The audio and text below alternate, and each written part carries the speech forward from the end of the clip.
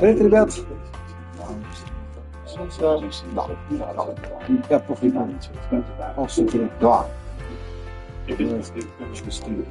А ну. О, что появилось новое?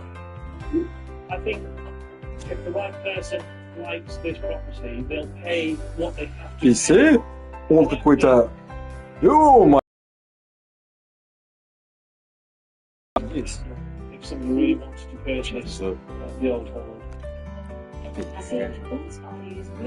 О!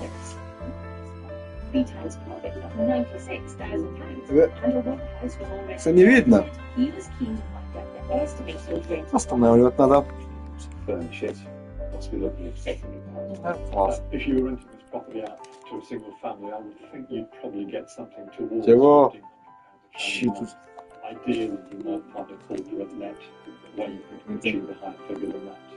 We've achieved 1,500 in the past, and at the moment we're getting a reasonable rent. I'm confident the rents will go up. О, Leads the renovation despite the worldwide неплохой дом. in 2008. So watch for his final reflections Ясно. on this О. on this Beacon restoration adventure. Не знаю. Like a funeral grey hair, visible. There'll be ups and downs, delays, Ну, прогресс, похоже, increased думаю. costs, property market crashing around. Что это такое? But it's all Тоже. Два таких. А этот... А нет. Значит, только два. Sadly, all good things must come to an end. Even today's special episode, I have to say myself, I have come to the time bringing you all. Ё, опять? James, show your love. То же самое. Today's special show is over. 80-го. Here, next time, bye-bye. Бай-бай.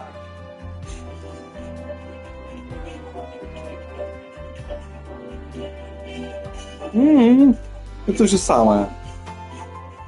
Это какая-то жесть. Убитый жесть. Вот было на восстановление.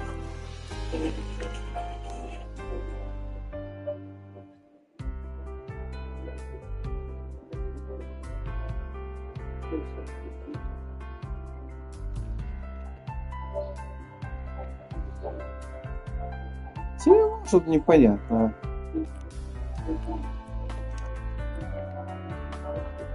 О, он доминище. Hello and welcome to the show. We are in a challenging housing market. It can be tricky to decide. Чего? Давайте на кого думаешь. But today we'll be meeting some leaders who took the plunge and decided that О, опять 25. Ты ну ё-моё, опять где-то развалюха. Мусор навалено. 4, можно раз. 4 там, или одна. Это не годится. Это вообще нормально. О, 2-1, что за прикол. Нормально, не видно, не надо. Нормальный. Не надо. А этот без звезды. Клоус. Закрыт? О, блин. In County Durham, I stay positive. Учитель. Potential dark issues. That aside, I could still think Кофейня.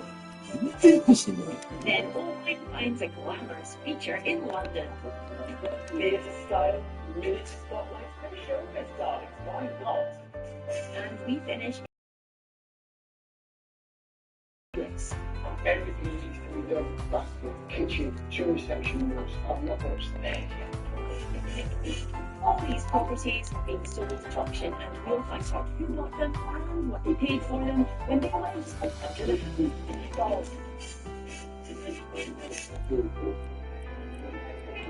This is Hartlepool, a seaside town in County Durham. Its biggest visitor attraction is the National Museum of the Gardening. Ты был уже.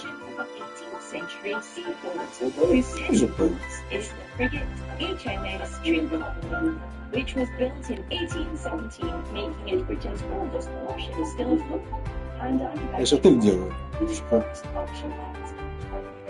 Это. Не, понятно. Today's property is on Эй, пошла нахуй.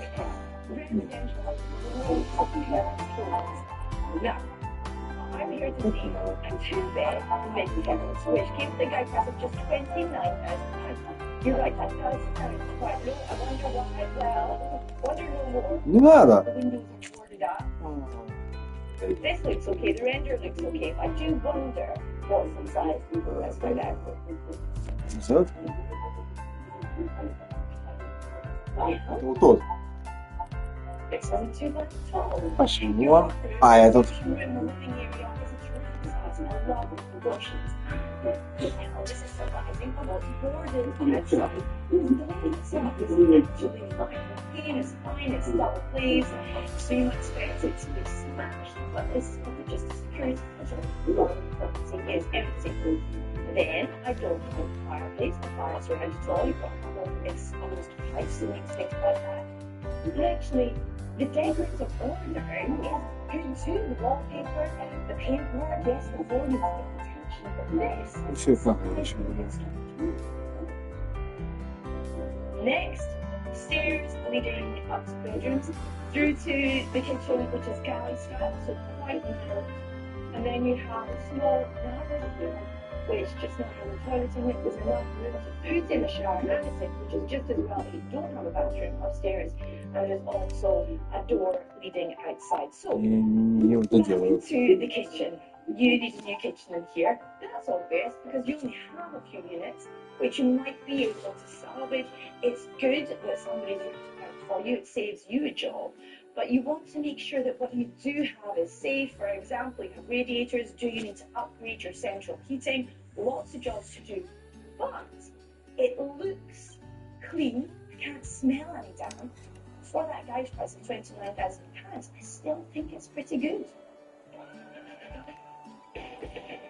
Perhaps part of the reason the guide price is so low is the lack of outdoor space. Очень стёло. Straight into the Всё, street, разумно, and никаких проблем. the door for the О, toilet да. opens out to a very small courtyard. It's not great. Hopefully, Это the только two опять. bedrooms will be a bit less restricted. Ну, только слепо. Upstairs, the first of your bedrooms is a terrific size. And I mean terrific, considering this is a 2 up, 2 down, and pretty small. That is a great size of master bedroom. And again, I can't see any major concerns. For example, the damps. Which is it a single? Is it a double? It's not too small. It's not a box room. You have this, which is kind of eating into the room, and you might think, well, it's stay away. You can't really, because under that, you need the head height and the staircase leading up. But why not make a feature of it? Put a couple of cushions on here, somewhere to sit, look outside, on which note. When viewing Max, can you come first or not? Can you come first or not? So I've looked out the window and I can see that the roof above your kitchen is in Okay. good order, so that's good. And then you look up and I can see potential damp issues. So there's blistering holes in the paint on the ceiling and you want to investigate that. So you might have to hold back some of your budget for it. But that aside, that wee area, I still think it's a good property. I might have fallen head over heels for this one, but what will a local estate agent think of this 2-bed mid-terrace guided at £29,000? So it's your standard mid-terrace property in Hartlepool. There's obviously quite a bit of work to do, but hopefully it's all cosmetic and not much structural work by the looks of it. Obviously we installed your kitchen, bathroom, suite, but a lot of potential. I think the negatives are there's a lot of these properties around this area, so potential renters have got quite a pick of where they want to be at the moment, but if someone knows what they're doing, then it's a great opportunity. And what about a rental valuation? I think if it was done to a good standard, obviously with a brand new fitted kitchen, bathroom, suite, I think you could realistically achieve about £475 per calendar month. And for resale? would have you market at about 60,000. I do think this bijou two-bed has a lot to give, particularly given the pretty low guide price of £29,000 and that there's not too much serious work internally to be done. That said, you've got to be canny and put on your developer's hat and figure out what the ceiling price or the top prices of properties in the area reach to figure out if this is a worthwhile investment. Or you might just want to give a lot of love and make a lovely home. Let's find out who was up for the challenge when I went to auction. This lot was part of a remote auction with bids taking place online. 1, 2, 3. Congratulations. It was Hashim here on the right who paid £36,500 for the house on behalf of the family business run by his dad, Tarek, here on the left. Tarek has been on the show before, back in 2018. He's back with a new project and here to tell me what they have planned while Hashim explores their latest purchase. Tarek, very pleased to meet you. Thank you, Marcel. Nice to meet you. It's the first time I've met you, but you have been on the show before. Yes, I've been on the show, I think it was 7 years ago with Dion Dublin. Yeah, big Dion. How did that go? The good, I mean, of the property in Burnley, which we renovated. So tell me about your background in property. Yes, I mean, we've been doing this sort of business for 16 years. It started literally from scratch with one property, and then gradually I brought my family into it because it's too much for me. My eldest daughter, Sadia, she does the marketing and dealing with investors. My other daughter, Rakia, she does all the renovation work and the maintenance. And my son, Hashim, he looks after the buying. I don't do a lot, but I do what I like, which is speaking with investors, meeting investors, and overall helping them out, really. And your operation is quite big. It's rental portfolio, isn't it? Yes, it's grown over the years. Our business model is that we buy low-cost houses, which are good for investment. We renovate them to a good standard, and bearing the long-term maintenance in mind, and then we rent them out to the tenants. And after we rented them out, we sell them as a package to an investor. So it's really an attractive package. What's the kind of scale of properties that you do own on your portfolio, or you have owned and have sold on and managed? Yeah, so the last 16 years, we bought, renovated, rented out, and we sold almost 2,500 properties. The scale is huge. Do you take an interest in every single one? We try to. I personally don't take interest in everyone because my son Hashim, is there, so that helps me out. But in this particular property, it's a fairly standard property. It's a lot smaller than our average. We have a spreadsheet where we look at the numbers. This is what we can sell the property for. This is what we think we can buy it for. This is what the renovation cost is going to be. Can we make a profit? And if the answer is yes, then we have to set a target price. When we go to the auction, we know what we're going to pay maximum. And if we get it below that, it's great. Yeah. And this is what happened here. And what is your to-do list? Yeah, I think overall it's good, but it does need a little bit of everything doing to it to make sure that our long-term maintenance costs are low. After we clear the rubbish out, we assess it properly. We look at the roof. There's some tiles which will need replacing, gutters, downpipes need replacing. There's no structural issues. There's no significant damp, but we will look for that and try and fix that, plaster it, and then we will do the electrics, plumbing, heating, and then doors and windows, move into the kitchen, bathroom, and then decorate it all, and then make sure it's compliant, from a safety point of view, and then we would rent it out to a good tenant. Tarek is confident a budget of £15,000 will cover all that needs to be done here, and hopes his team of builders will turn this project around in 3 months. How important is it for you to create a good standard of home for someone? It's critical. This is why we're in business, really, because what we want to do, a lot of the properties which we have renovated have been derelict properties and never used for the last 5-10 years. We've renovated them well, put them into use, and then made them into homes. And what we want to do is extend that because most properties in the UK are rented unfurnished, especially in the north. And we want to move away from that because people, at the end of the day, need furniture. And I think if they're willing to pay, a fair amount for that furniture, then we should do it. But it does need to be tailored to individual needs. Yes. And what about your background? Tell me a wee bit about your story away from property, Tarek. Well, I originally sort of qualified as a doctor, medical doctor in 1982, Manchester Medical School, and then I became a pediatrician and a child specialist. Prior to the property business, we had a computer business, which was very successful, and so I went part-time into pediatrics.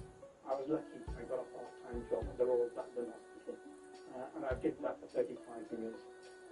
And recently, a few years back, I retired from the NHS. But during that period, I was in the computer business, and then for the last 16 years in the property business, helping my family, build a property business. Brilliant. Well, I wish you the very best of luck, and I can't wait to see the results. Thank you. Thank you very much for chatting with me. Thank you. It's pretty astonishing to think that Tarek and his family have renovated more than 2,000 properties. They know what they're doing, they're making a great profit, but I love that Tarek said the most important thing is that he's creating beautiful homes. What will they do here? You can find out later in the show.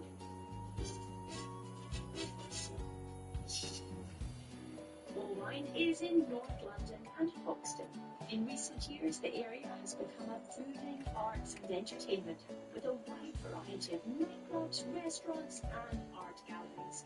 But Hoxton's artistic roots date back to the early 20th century, when it was once home to Gainsborough Pictures, the film studio that launched the career of Sir Alfred Hitchcock.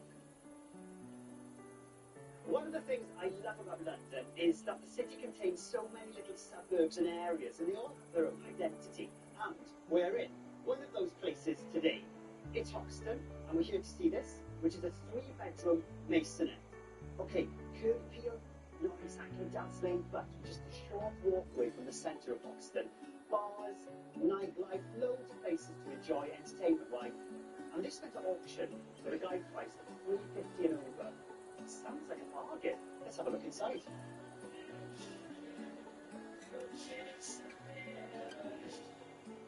Yes, with the average property price in London exceeding £500,000, this masonette could offer great value for money. But like most flats in London, this is a leasehold and has 92 years remaining. If the buyer plans to hold on to the property, it would be wise to extend the lease before it drops below 80 years, as after that, the process to extend becomes a bit more expensive. Up we go, the stairs with it being a masonette, so the front door's down there, then we come up into this little hallway, loads of light here, there's a big window here with a view out towards the front of the property, some nice greenery out there. It is quite a busy road though. Then we have this room, which is just like a little bit of a box room really, bit of storage room, very handy. Now, the place definitely needs a good clean. We have a small, I would say, single bedroom there. Again, it could just be storage, could be a box room. And then through here, a couple more rooms down there. Right, so we're in the lounge. And it's a decent enough size. It's quite a big room actually. Lovely big windows out to the front. You can see here that the double glazed windows have blown, so you need to get these replaced. And with this being a masonette, which is part of the block, you probably have to check if there's a management company situation going on, because you have to really make sure a lot of the time that you don't alter the way the buildings look. Other than the fact that it needs a really good clean structurally, this place looks not so sure about these theatre style miniature spotlights. They're showbiz, darlings, why not? And then from here we got some radiators. This is the kitchen, I believe. Let's have a look. Oh, well, the miasma is pungent in here. We need more than an air freshener in this room. We need a good scrub. But, okay, let's try and look beyond that and smell beyond that. Decent sized kitchen. All of this has got to go. You need to take out these old dated units. There are tiles on the walls. They need to come off. But it's a pretty decent space. You could have a nice kitchen in here, put an island. What's behind this very slimline door? Bit of storage, maybe that used to be where the boiler was. at one time, another decent room, but it does need, I would say, a complete refit. Let's get a visit into the center. The list of work required is stacking up, but before proceeding with any internal alterations such as replacing windows or knocking down walls, the buyer should check if consent is needed from the freeholder. Back into the hallway, there's another single bedroom in need of some TLC, plus a wet room in need of a complete overhaul and possibly a bit of a rejig to incorporate the separate toilet next door. The good news is the boiler appears to be in pretty good nick, although as always, you should get this checked over by a certified engineer to ensure it's working safely. Right, well, I would say this is the main bedroom, certainly the biggest of the ones that we've seen. And a couple of things to mention in here. There's this little crack going across the ceiling. Now, I think that's just cosmetic, so you need to get this reskimmed. Decent sized room, you want to get rid of these wardrobes and change the floor covering, but let's talk about the elephant in the room, should I say the tiger in the room. And also, what is this mirror that we have here? It's certainly a feature. Excuse me, what? Just see what lights up, everyone, what lights up. Oh. What is it? I'd be tempted to keep that. It's a bit of a feature, that, isn't it? But looking at the room, yeah, it's a good size. And you can definitely fit a double bed in here and some furniture. Perfection. Maybe not perfect in its current state, but with a good layout and prime location once renovated, this flat could be something special. We asked along an expert from the auction house that sold the property for his thoughts and valuations. So we're in the heart of Hoxton, which is a really trendy part of North London. You've got Hoxton rail station very nearby, you've got Farringdon, Old Street, Islington. I mean, we are right in the middle of the trendy part of North London. Having seen the property, it's obviously a perfect auction lot. It's completely unmodernised. It needs all sorts of someone, and hopefully someone will make some good money. So once the renovations have been carried out, what sort of returns could this property achieve on the rental and sales markets? Once fully renovated, I would expect this flat to let for around £3,000 per calendar month level, and I would expect it to fetch on the open market around £550,000. Well, it's safe to say, this place needs a good scrub. Definitely need to get those rubber gloves on. That's the first thing you need to do in there. But you know, you have to really look beyond those things when you come and look at properties like this. It's in great condition, structurally, it's fab. It does need quite a bit of renovation, but 3 bedrooms, excellent price. We could be onto a winner. Let's see how it did when it went under the hammer. This lot was part of a remote auction with bids taking place online. 2 on 5, sold. And the successful bid of £429,000 was made by local man Stephen, who's here with his son Caleb. The pair met up with low wine to tell them their plans for this 3-bed basement. Stephen, Caleb, congratulations. Thank you very much. Thank you. Tell me about what are your plans with this place? Well, the plans are to give it a good refresh, and clearly it needs a new kitchen. But other than that, it's probably very largely as it is. Yeah, absolutely. Definitely needs a refresh. It needs a bit more than a vacuum, doesn't it? Yeah, I think so. I think we anticipated that there would be maybe some remnants of cat hair and things like that, but kind of full on tiger as well was a bit of a shock as well. So yeah, definitely a little bit of a refresh, but nothing too serious as Dad said. Yeah, absolutely. What drew you to this property? Well, we live in the neighbourhood. We like the neighbourhood, and somebody highlighted this property was up for auction. Went and had a look because we were nosy, and saw the potential. And then one thing led to another, and before we knew it, we bought it. Nice. And how about the work then? What are you going to do to the place? Talk me through any new layouts that you're thinking about. Definitely no new layout, new kitchen as we said. Other than that, it's a pretty substantial refresh, starting with a very substantial deep clean. Caleb, how about you? What's your role going to be?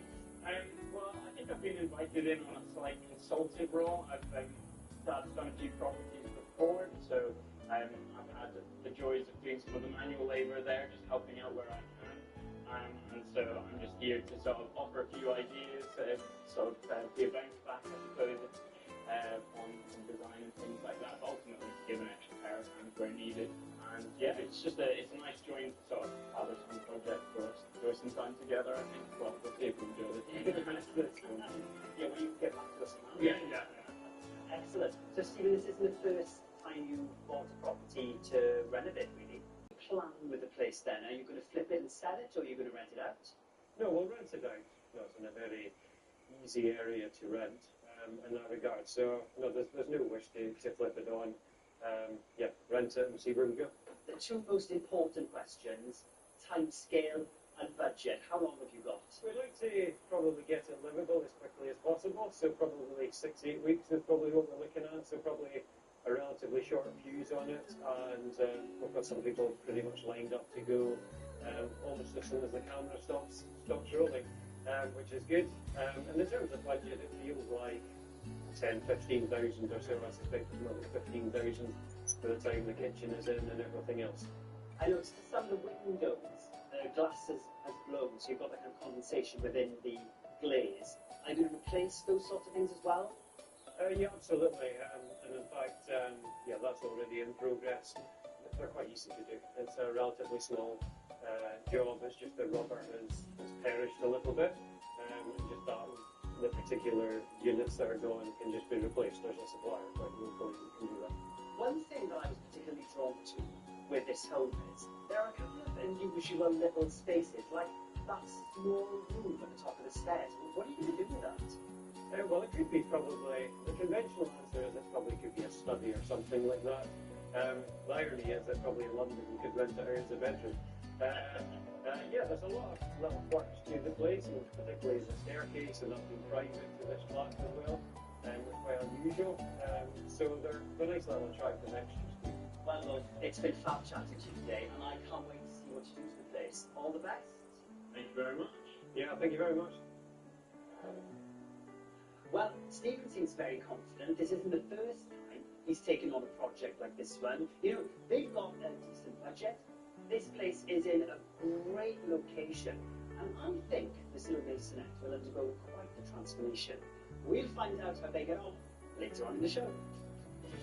Still to come in Staffordshire, Dion thinks he's found a golden lot. Do you believe it could make you a few quid if you put it on the right neck? And in London, Stephen and Kayla got stuck into the renovation. Yeah, just clearing up a lot of mess, chipping tiles off the walls and things like that.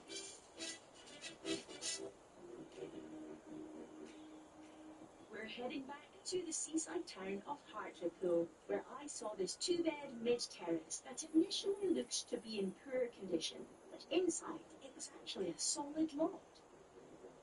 The decorative order is good too. The wallpaper, the paintwork, yes, the floor needs a bit of attention, but this is a surprisingly good start.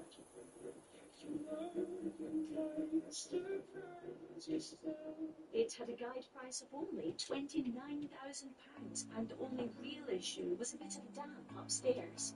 At auction, it was sold for £36,500 and was bought by a family-run property business. Started by Dad Tarek, seen here with his son Hashim. We've been doing this sort of business for 16 years, and then gradually I've brought my family into it because it's too much for me. Tarek's son Hashim, as well as his two daughters Sadia and Rafia, were part of the business, and together, alongside a team of builders, they were going to carry out a top-to-toe refurb in 3 months with a budget of £15,000. 4 months on, we're back to see if the family were able to pull it off.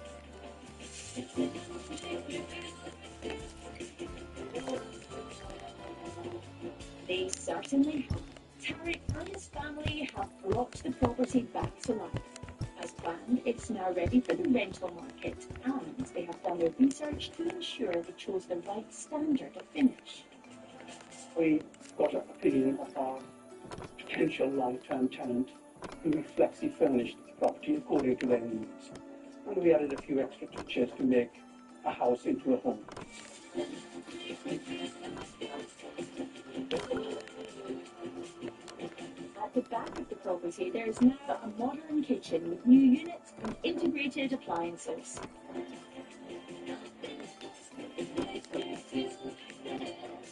And next door, the bathroom has been updated too. We replaced the bath with a shower because these days tenants prefer showers more than baths, and we would get a slightly higher rent by doing that.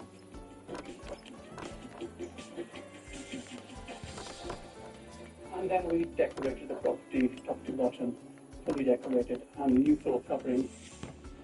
And then we did some partial wiring, not full rewiring, and then we tested it, make sure it was compliant and safe. It's been a pretty standard renovation for the family, and that's not surprising considering they have over 16 years of experience. The only real issue they had to contend with was finding the cause of the damp upstairs. We secured the roof, make sure the property was watertight. There were some tiles missing, so we replaced those. We pointed the chimney, repaired the flashing, and then the gutters and the pipe. We replaced those.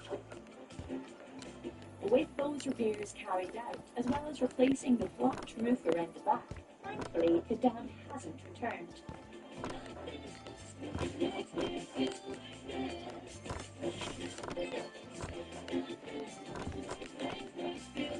Overall, the work only took 5 weeks and was carried out by Tariq's team of builders, as well as some contractors, but the rest of the work has been down to his children. For the renovation, my daughter, who works in the business, looks after the renovation side. So she's been involved in planning the work in this renovation. Rafia has been project managing, and Hashim, here with his dad, has been lining up their next project. And Tariq's other daughter, Sadia, will be taking over with the marketing soon. So with everyone putting in a shift to get this project finished, were they able to keep their spending in check? Our original budget on this renovation was £15,000, and we actually came just below that at £14,800. Delivering on time and on budget is a great result. But what more news is from a team of professionals. They still plan on sticking to their business model and renting the property out. So let's get the thoughts of our local estate agent. We invited one along to see what they make of the work and get some valuations. So I can enter the property and see that we have had a full refurb. We've got a new kitchen and new bathroom, and I can also see that the boiler has been upgraded and all the internals have been repaired. Tariq has spent a total of £51,300. So with the work now complete, what could this 2-bed mid-terrace now be worth? On the sales market, I would estimate the valuation of this property to be between £55,000 and £60,000. That would be a small pre-tax profit of just under £9,000.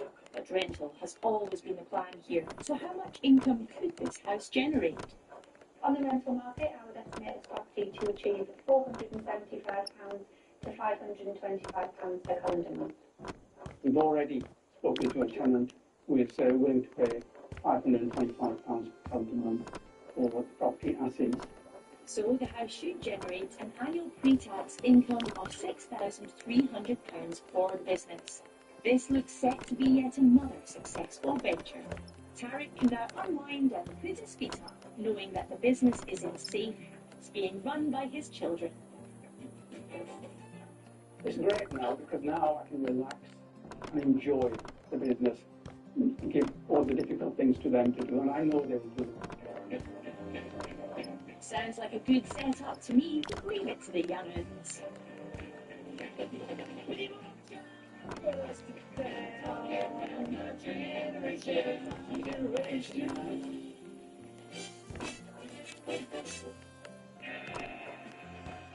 North of Stoke-on-Trent sits the town of Kidsgrove.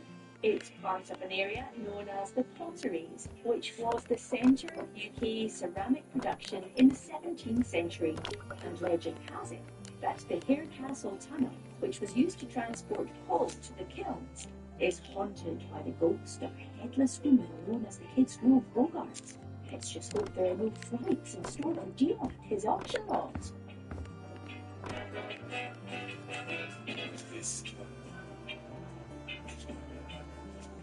Job jam here to see is on this pretty busy main road.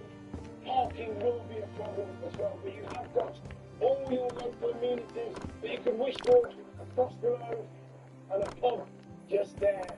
Job jam here to see is this 3-bed straight to auction with a guide price of, I'm going to double check this,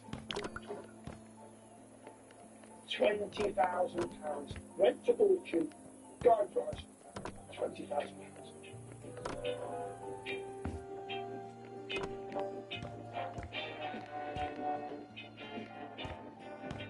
20,000.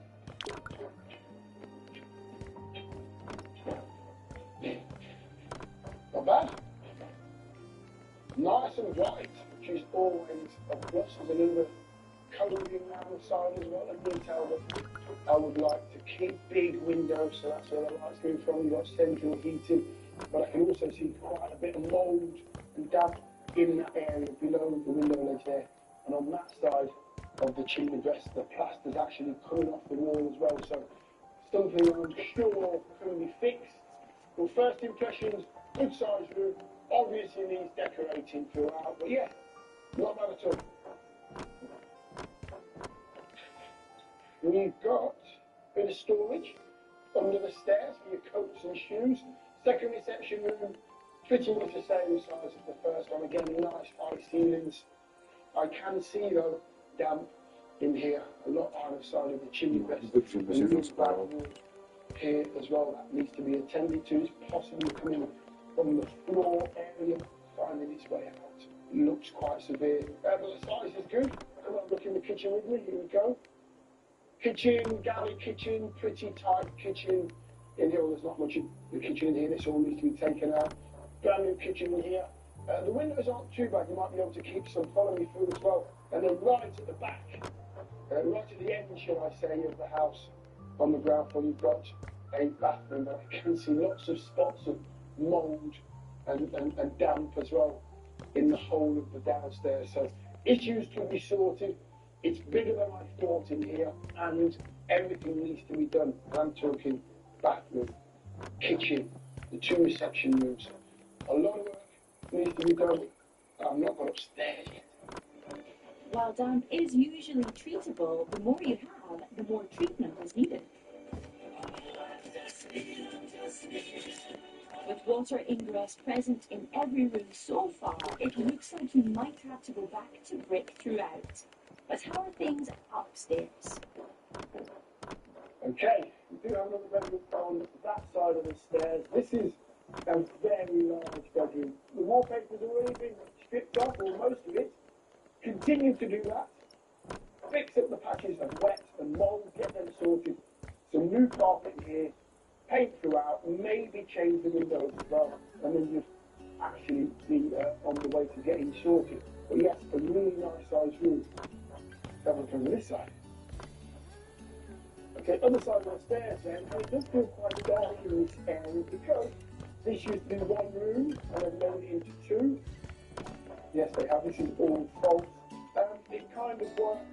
No bathroom upstairs though, so I want to bring that downstairs bathroom. Upstairs, put it in there, 2 beds and a bathroom would work upstairs. I do believe this house has a lot of potential. The lack of an upstairs bathroom is unfortunate, but make sure you do your research before converting one of the bedrooms. Depending on what you're going to use the house for, 3 beds could reap a better financial outcome than an upstairs bathroom.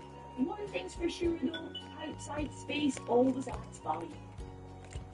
Okay, so I'm at the back of the house, and I've done some investigating. I went up the stairs, and I found out that there is a bit of parking. I did say earlier, parking might be a problem. Well, it's not going to be because there's about 5 or 6 spaces up there for these houses, which is good. The backyard has just been overgrown with weeds. You just need to weed all this, and you've got a bit of outside space as well. But there's a lot that needs to be done in there, and a decent sized budget is going to get this place back to where it needs to be.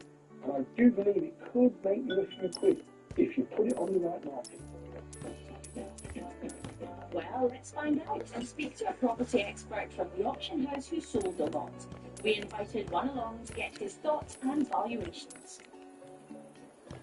First impressions, the house, it's got great potential. There are some very obvious problems. I mean, there's some damp issues here, and it probably needs gutting throughout. I think the obvious layout change here is to move the ground floor bathroom up to the first floor.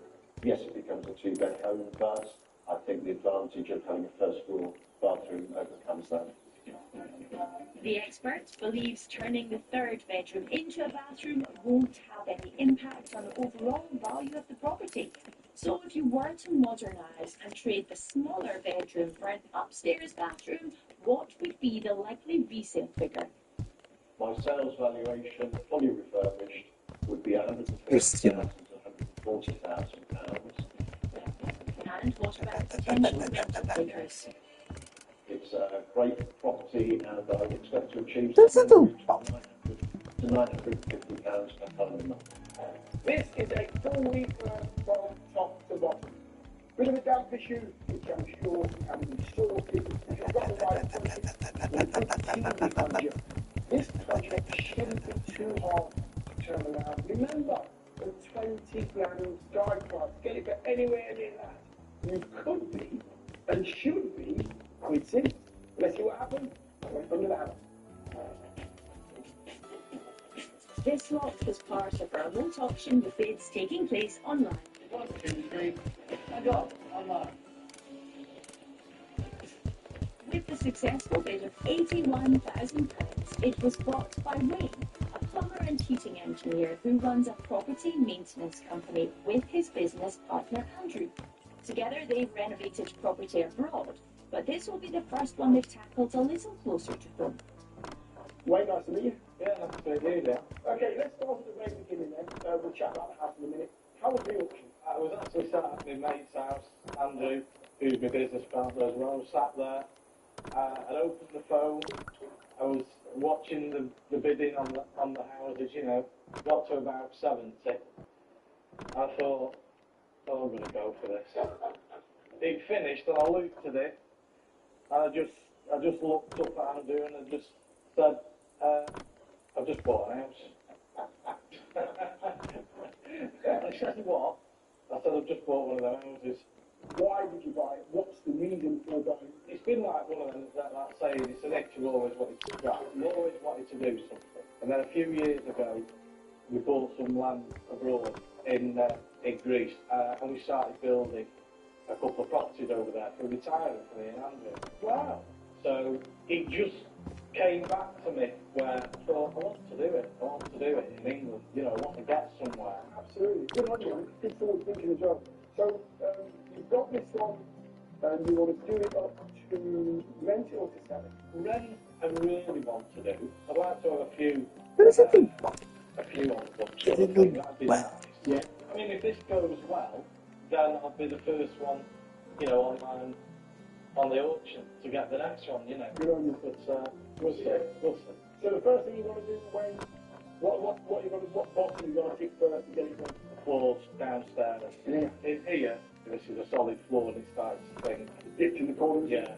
Yeah. So there, the front room, which is suspended, take that out. All the way under the bay, that's damp. So there is a fair job. So an issue to sort out there, which you've got to address straight away. Any configuration downstairs going to change? Any walls being up? Yes. Oh, wow, tell us. We're knocking the wall between this room and the kitchen out. Gotcha. Because the layout of the kitchen means it's very, very small. Okay. Upstairs, any plans? What are your plans? The big thing for me at the moment is to put a toilet upstairs and a washing basin. Yes, I like it upstairs, yeah. And we're just going to clear it all out. Yeah. Get rid of the stud work that's up there now, and sort of start with a blank canvas and start marking out, because I don't even know whether we're going to put it in the front or the back room. So back room is ideal because of the soil pattern. Yeah. Front room, we've got an actual line. Front bedroom, so... Spoiled. Yeah, I just don't know which way. О, блин, еще и дом просто переделывать. Two, yeah. Perfect. Is this full time for you now? You do your property now? O, tam się работа ще дефицит. We do general property maintenance, but plumbing and heating. You're Andrew. Yeah, yeah, I'm doing, yeah. And Andrew's on the tool as well. Oh, yeah. Yeah, yeah. Get his hands dirty as well. Yeah, yeah, get his hands dirty, yeah. You've got to double check. Yeah, So he's passing the work on to you then. no. He'd argue he does more of it. He's probably still. So between you then, Yeah. taking on this property, what's your budget? Between 20-25 grand. Between 20 and 25, and how long will it take to turn it around? This is the bit that Martin will definitely make us sky. We want to try and do it in about 2-3 months maximum. Well, you've got a lot of work to do with that. Yeah. From top to bottom. Yeah. Obviously, the electric's got to be checked, and the plumbing's got to be checked. All that. Yeah, it's all being done. Listen, good luck to you with this one. I'm sure the best. Yeah, thank you very much. So Wayne has got all the bases covered. He's given himself a £20,000 budget, which should be okay because he's going to be doing a lot of the work himself. In 3 months, sounds about right. I believe with all his experience, this shouldn't be a problem for him. You can find out how Wayne gets on later in the phone. We've seen how one of our developers got on. What about the other two? Bună să The cânta. clock's been ticking, and it's time to reveal them. We're heading back to Hoxton now, and this 3-bedroom masonette that Owen saw earlier, with a guide price of £350,000. Despite its slightly dishevelled appearance, the layout and size of the rooms worked really well, although the kitchen wasn't the most welcoming of rooms. Oh. Well, the miasma is pungent in here. We need more than an air freshener in this room. We need a good scrub. But the pungent aroma didn't put off Stephen, as he bought the masonette for £429,000. He thought a new kitchen, a general spruce up, and a deep clean would do the job. And he had his son Caleb lined up to help. It's a nice joint sort of father-son project for us. Enjoy some time together, I think. Well, we'll see if we enjoy the time. Stephen was planning to put the masonette up for rent after the refurb, which he reckoned would cost between £10,000 and £15,000 and take only 6 to 8 weeks. Did everything go to plan? We're back 3 months later to find out.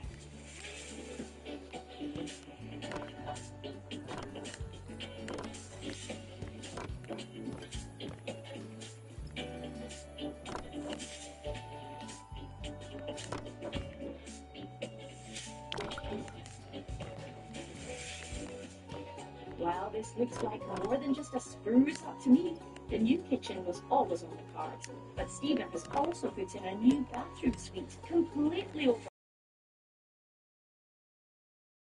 and had a new gas boiler installed. So what prompted the change of heart? We ended up doing more. I think we got more convinced of the quality of the property, so better to do it in a good, comprehensive way.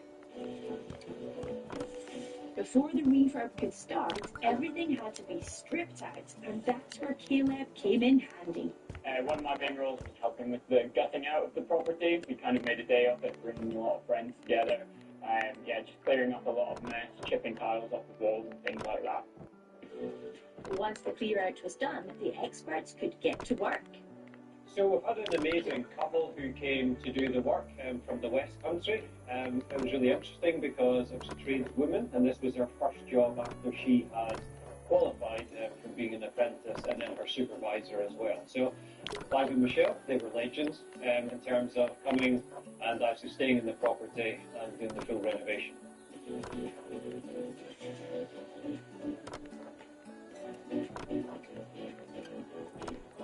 One of my favourite things about the property is that we've managed to keep the same kitchen floor. I just think it's nice that it shows a bit of the history of the property. The living room, we expected maybe to keep the flooring originally, but just due to an unseen issue underneath, we decided to replace that as well. The windows were kept as they are. We've had to add in a little bit of insulation, and then there's been one of the glass units we've had to change because the rubber was perished, and so wasn't sealed at that point. Otherwise, they've stayed as they are. I think we're really pleased that it was a property that needed a lot of new love, and it's had a lot of new love, and it looks great. I and it's also been a really fun project to do it, get some friends involved as we've done the work along the way. The plan is now to rent out the property, and so we'll move forward with that hopefully in the next week or two. We've gone massively over budget, and that's partly because we wanted to do a much bigger refurbishment, and the property seemed to justify that. So we moved from the 10 to 15 to 60,000 is what we spent on the refurbishment.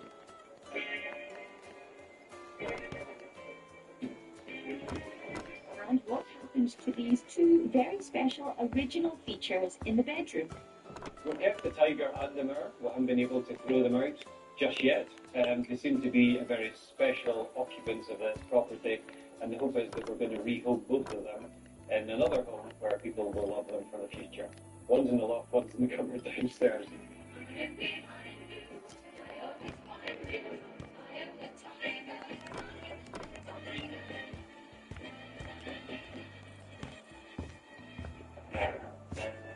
Hoping to earn his stripes with a top valuation is the property expert who viewed the Masonette earlier. Will he be bringing good news for Stephen and Caleb?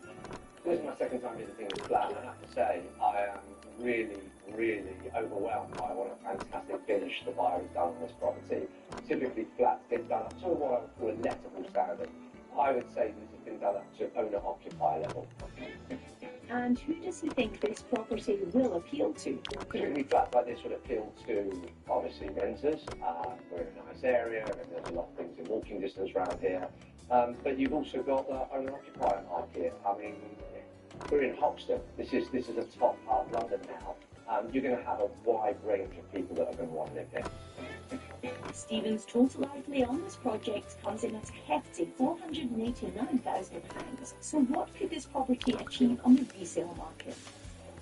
In terms of what this property would sell for, it's going to be fetching easily £550,000, and possibly even more due to the finish.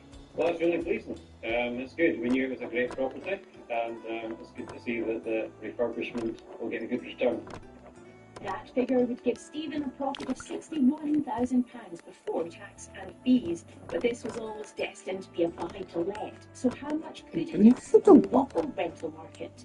In terms of rental values, I'm going to stick to my original suggestion of £3,000 per calendar month. I think, actually, since I was last here, the market's moved upwards a bit in the letting side, so you might even push a bit more than that. But if you stick to that as a base figure, you won't go too far wrong. £3,000 per calendar month would give a return on investment of over 7% for Stephen. Well, it's obviously a good return on the investment so far, but the nice part about it has been a fun project as well.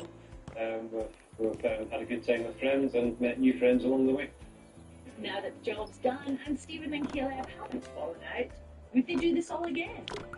Well, there's an element of family in all of this, so yeah, we'd do it as part of a family effort again.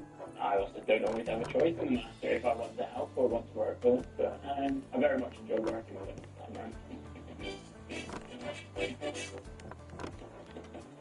We're heading back to Kidsgrove, just north of Stoke-on-Trent, where Dion saw this 3-bed end terrace that had a guide price of only £20,000.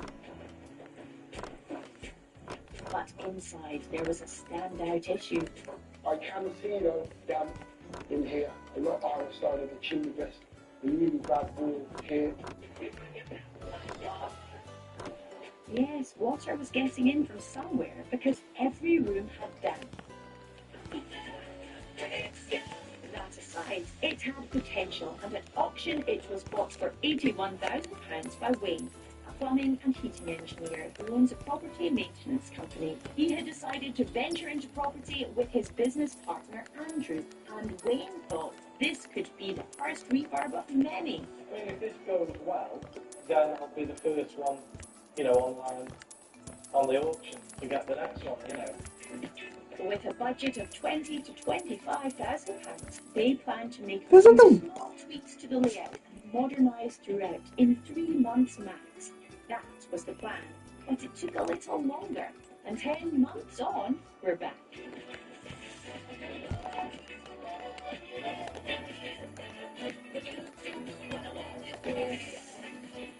It was worth the wait. At the back, Wayne and Andrew have created a kitchen diner as planned. The raised ceiling and the windows in the kitchen really show off the space. Which were just ideas when we were sat having a brew, you know, and we thought, right, well, we'll do that. We wanted to do something which was going to give a bit of a wow factor. The high standard of finish continues into the bathroom, which also has a skylight. Then outside, they have put down a new patio and installed a raised deck area. Another idea they came up with over a cuppa. Back inside and upstairs, the layout has changed slightly, but there is no bathroom up here. We slightly moved the wall in the front of the property to make the two single rooms fairly equal. The back room we've done nothing with, which was where we were going to put a toilet. But I'll be honest with you, we were liaising with the estate agents and they sort of directed us and gave us information. So that was why we didn't do it in the end. The house has been rewired, replumbed, and the walls went back to brick. As they started removing plasterboard, they found that the damp problem was actually a lot worse than they expected. So they installed a new damp-proof course, but they found another unexpected issue that was adding to the problem. What we found was the water main was burst. So a big problem with the damp in this area was actually the water main, so we put a new water main in. And then we dug down to find out that in the same area the water had washed away under the drains and the drains had collapsed. So them things were causing a lot of problems for the property. Andrew and Wayne have taken these issues in their stride as they have experience with things like this through their property maintenance business. Me and Andrew have done all the work, really. We obviously had an electrician in to do all the certification, but apart from that, me and Andrew have done it all. The pair are also gas safe registered, so they were able to install the new central heating system. But doing all of the work themselves, as well as running the property maintenance business, has meant that this project has taken nearly 7 months longer than planned. I'm a bit deflated about it because I would have loved to have done it in 2 or 3 months. So it cheers me up a bit, but nothing can do that. Well, I think you should be proud of the work here. But with so many creative ideas and finishing the work to such a high standard, how much did it end up costing? Did they stick to their original budget of £20,000 to £25,000? We've got over maybe £5,000. So, but that's only because of our quirky silly ideas. I was half expecting Wayne to say they'd blown the budget, but £30,000 seems like great value. Although it has taken him and Andrew a lot of time and a lot of effort. And this has raised concerns about their original plan to rent the property. I think it's one of those properties that I'd be worried about, whereas if I sell it, it's gone, it's off my mind, it's done. Rented, you know, I'd just be worried. So no, not rented. Time to see what a property expert makes of Wayne and Andrew's handiwork. We invited back the expert from the auction house who sold his thoughts on the transformation of this 3-bed £1,000. What does the expert think it could be worth? If I was putting a property on the market, I'd be looking to achieve £140,000 to £150,000, but given the quality of the finish, possibly more. When we've had the information from some of the other estate agents, they've sort of given us figures of 150 to 155. So, anywhere between any of them, you know, between them and we'd be If Wayne was able to achieve his top figure, he could walk away with a pre-tax profit of £44,000. A healthy return. So what's next? Has all this work been too much for Wayne and Andrew, or are they tempted to do it all over again? Już nowe, Steve. Like everyone, No, już nowe. No. we want it sold as quick as possible. I'd just like to get it sold so we can get another one. I hope you enjoyed today's Tales from the Auctions. If you want more, don't worry. We'll be back with more brave bidders to see what they bought under the hammer. Goodbye. Goodbye.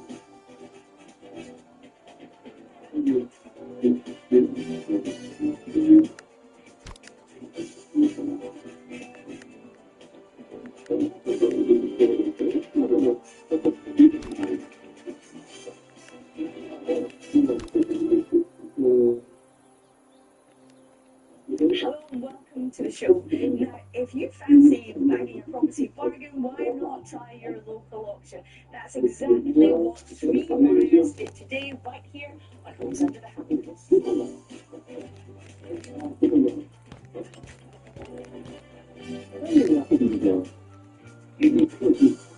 Zmienił okno.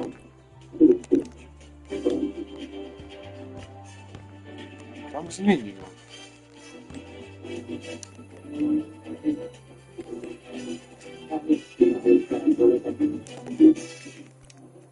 We're under no illusions. We know that buying a property at auction can be a really daunting prospect. But if you buy sensibly, it might just be worth those frayed nerves. Let's find out what today's buyers were brave enough to get. In Sheffield, I'm thinking this house needs the full works. You really need to take everything out and start again. Whereas in Greater Manchester, Dion's worried about his property's waterworks. Water stainage, some water damage. There's a water issue with this house. But it's the amount of cash you might need to splash on this Kirkcaldy property that's worrying me. My goodness, you've got a lot of work to do. All these properties have been sold at auction, and we'll find out who bought them and what they paid for them when they went under the hammer. Well done. We're takim wariantem? city of Sheffield, a place that shaped some of the UK's most famous musicians, from Def Leppard to Arctic Monkeys. And for those who like their music a little heavier, bring me the horizon. To w domie уже. What's on the horizon for me? That's our first auction lot. Horizon. From Sheffield city centre, and here is our property. Now, it's described as a 3-bed townhouse in the auction catalogue and came with a guide price of £125,000. This area here, this driveway and tunnels alone, could definitely do with a clear up. And the internal garage must take up a lot of the ground floor space. Let's go look.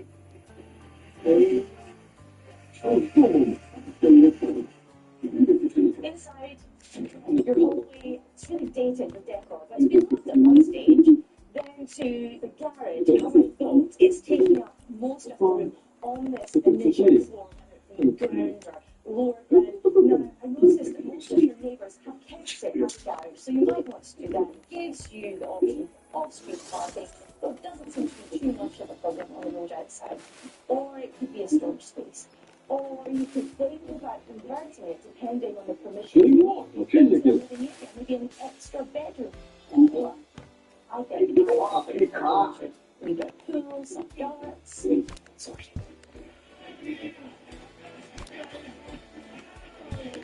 As well as a games room, the space could also be the perfect spot for an electric vehicle charger. But I guess it depends on how much room we have to play with upstairs. Up to the first floor. Well, it is the first floor in that it's elevated at the front, but it looks like you can access your garden at the back. So on that side of the house, it's kind of around floor. Again, you've got different jazzy carpets. And people would say that it was a big expense to get high quality patterned carpet in all the different rooms, and now it's pretty much all wooden flooring, or one expanse of the same colour of carpeting. I kind of have a soft spot for this. kitchen, which is a galley-style kitchen, so long, but you do have enough room on both sides for units. Could you salvage anything here? You know, I love saving what you can, giving it a second life, but here, I think that ship has sailed. You really need to take everything out and start again. Then when it comes to your windows, yes, they're double glazed, which is good news, but they're very dated. If you could stretch in your budget to modern double glazing, that would make a huge difference. Not least to your energy rating. So if you wanted to rent here, you need a minimum energy rating, and things like double glazing can really help improve that, along with roof insulation, wall insulation, and also just making this look spick and span. What do you think?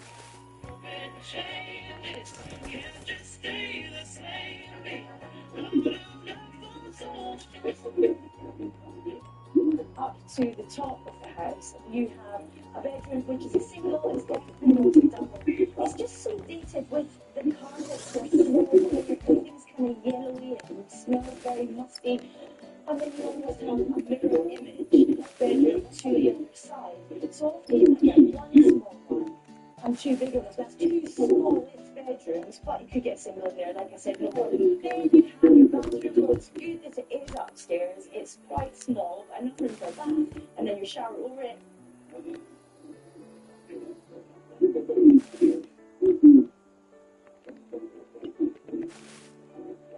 Could it get a second chance? No. I think everything there has got to go with bathroom suite, new flooring, big difference.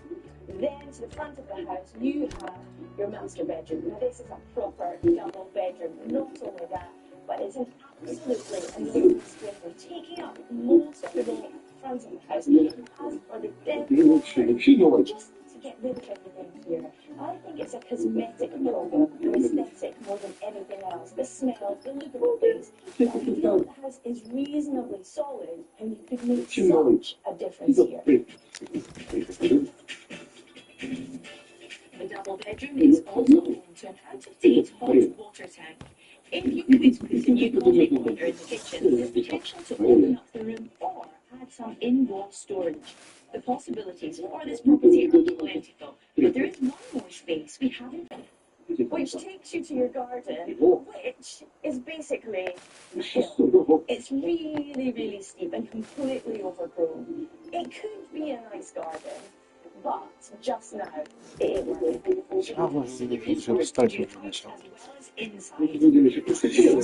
Смотри, все уже. Property experts make of this three-bed townhouse that went to auction with a guide price of £125,000. We asked one along from the auction house that sold it to get his thoughts and valuations. This property was built probably in the mid-60s. I don't think it's been touched a great deal since. So it's very much a blank canvas, and most aspects do require attention. Wiring, heating, windows, kitchen, bathroom, decor, internal joinery. Many of the properties in the immediate vicinity are on hills. This is a level cul-de-sac position, which I think adds to its popularity. The experts think the layout of the property works. So how much does he think it could achieve once renovated in its current layout on the sales and rental markets? Once renovated to a good standard, I envisage that a sales valuation would be in the region of £225,000. I envisage a rental value would be in the region of £950 per calendar month. There's no doubt about it. This townhouse requires thorough organisation.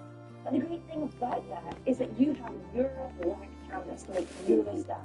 And this is a really desirable area. So you could go from having what was house on a desirable street to a really desirable, undesirable street. And that's a lot of desire. Who wanted it? Let's find out what happened when it went under the hammer. This lot was part of a remote auction with bids taking place online. Final time. The successful bid of £114,000 was made by local man Max. I met him to find out his plans for the three-bed house. Nice to meet you. You too. Likewise. Congratulations. Thank you very much. Thank you. You've got yourself I do remember what they call it, don't they? Yeah. Tell me about you, Moses. So what's this price for is your first I'm sure dopo. Is it for you? Is it for someone else? So I do developing part-time Yeah. with my other half, Max. So it's kind of a bit of a project. We've got a keen eye for property, so we'd like to renovate and just keep properties moving and bring them to life. And have you been doing that together with Matt for a few years? Yeah, probably about 3 years now with Matt, and I did previously by myself and Matt did separately. So yeah, we've come together and it's working quite well. And then you've started it's a portfolio. Do you keep flats or houses to rent out, or do you sell them on? No, we sell them on. Kind of buy a different property each time. No real fixed up property we like. Just something that we can kind of restore and put back to good use for a family again. Yeah. So when it comes to this one, why was it attractive to you?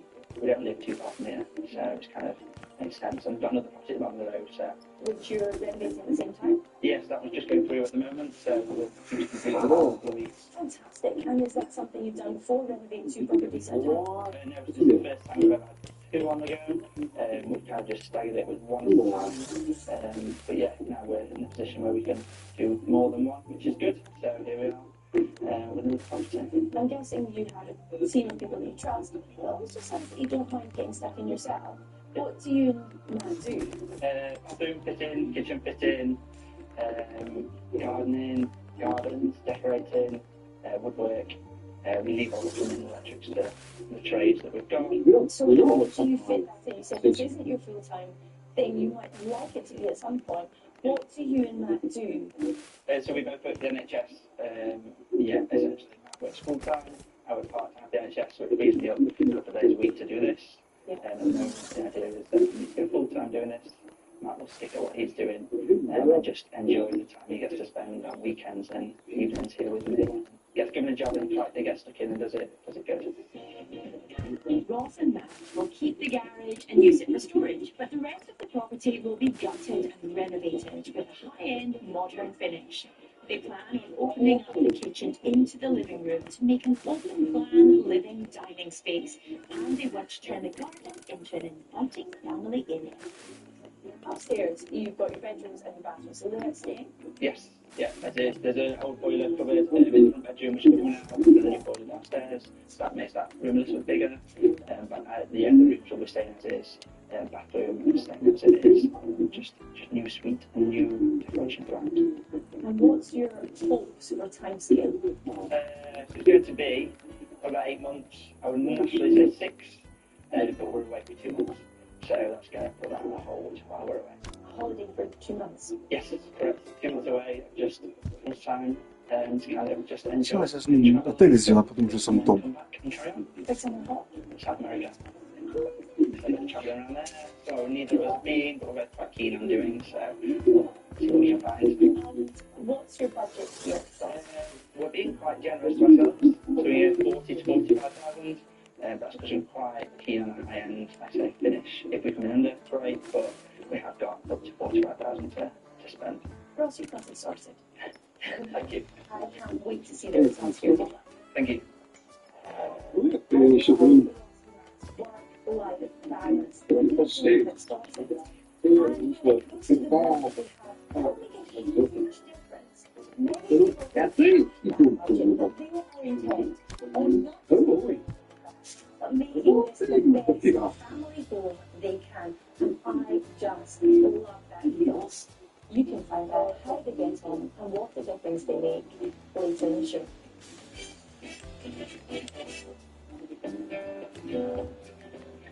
To Greater Manchester now, and 6 miles out of the city, you'll find Ashton-under-Lyne, a busy market town. It's where, in the summer of 2023, Dion was on the hunt for another auction lot. The property I'm here to see is not too far from Ashton-under-Lyne. We have got a 2-bed mid-terrace property that went to auction with a guide price of £90,000. Here it is. As currently it's not great because that needs to be dealt with. The house itself looks pretty solid.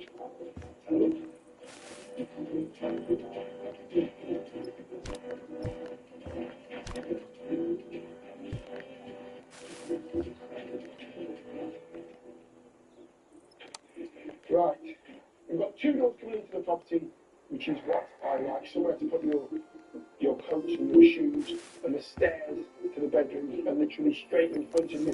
To the right is this room here, your Irish floor, straight to there.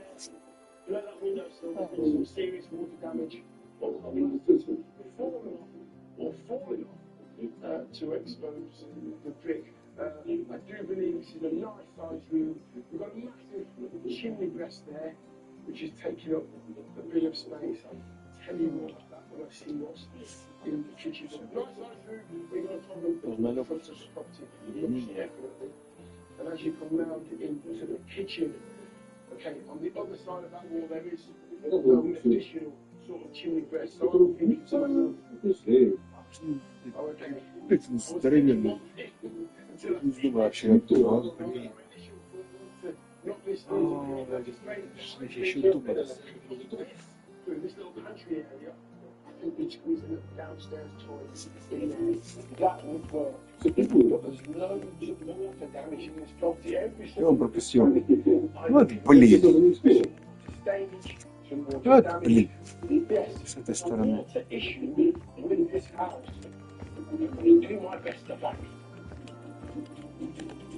It wasn't obvious yet what was causing the dam, but with the damage so widespread, Dylan went outside to look for some more clues. Well, he tried to go outside.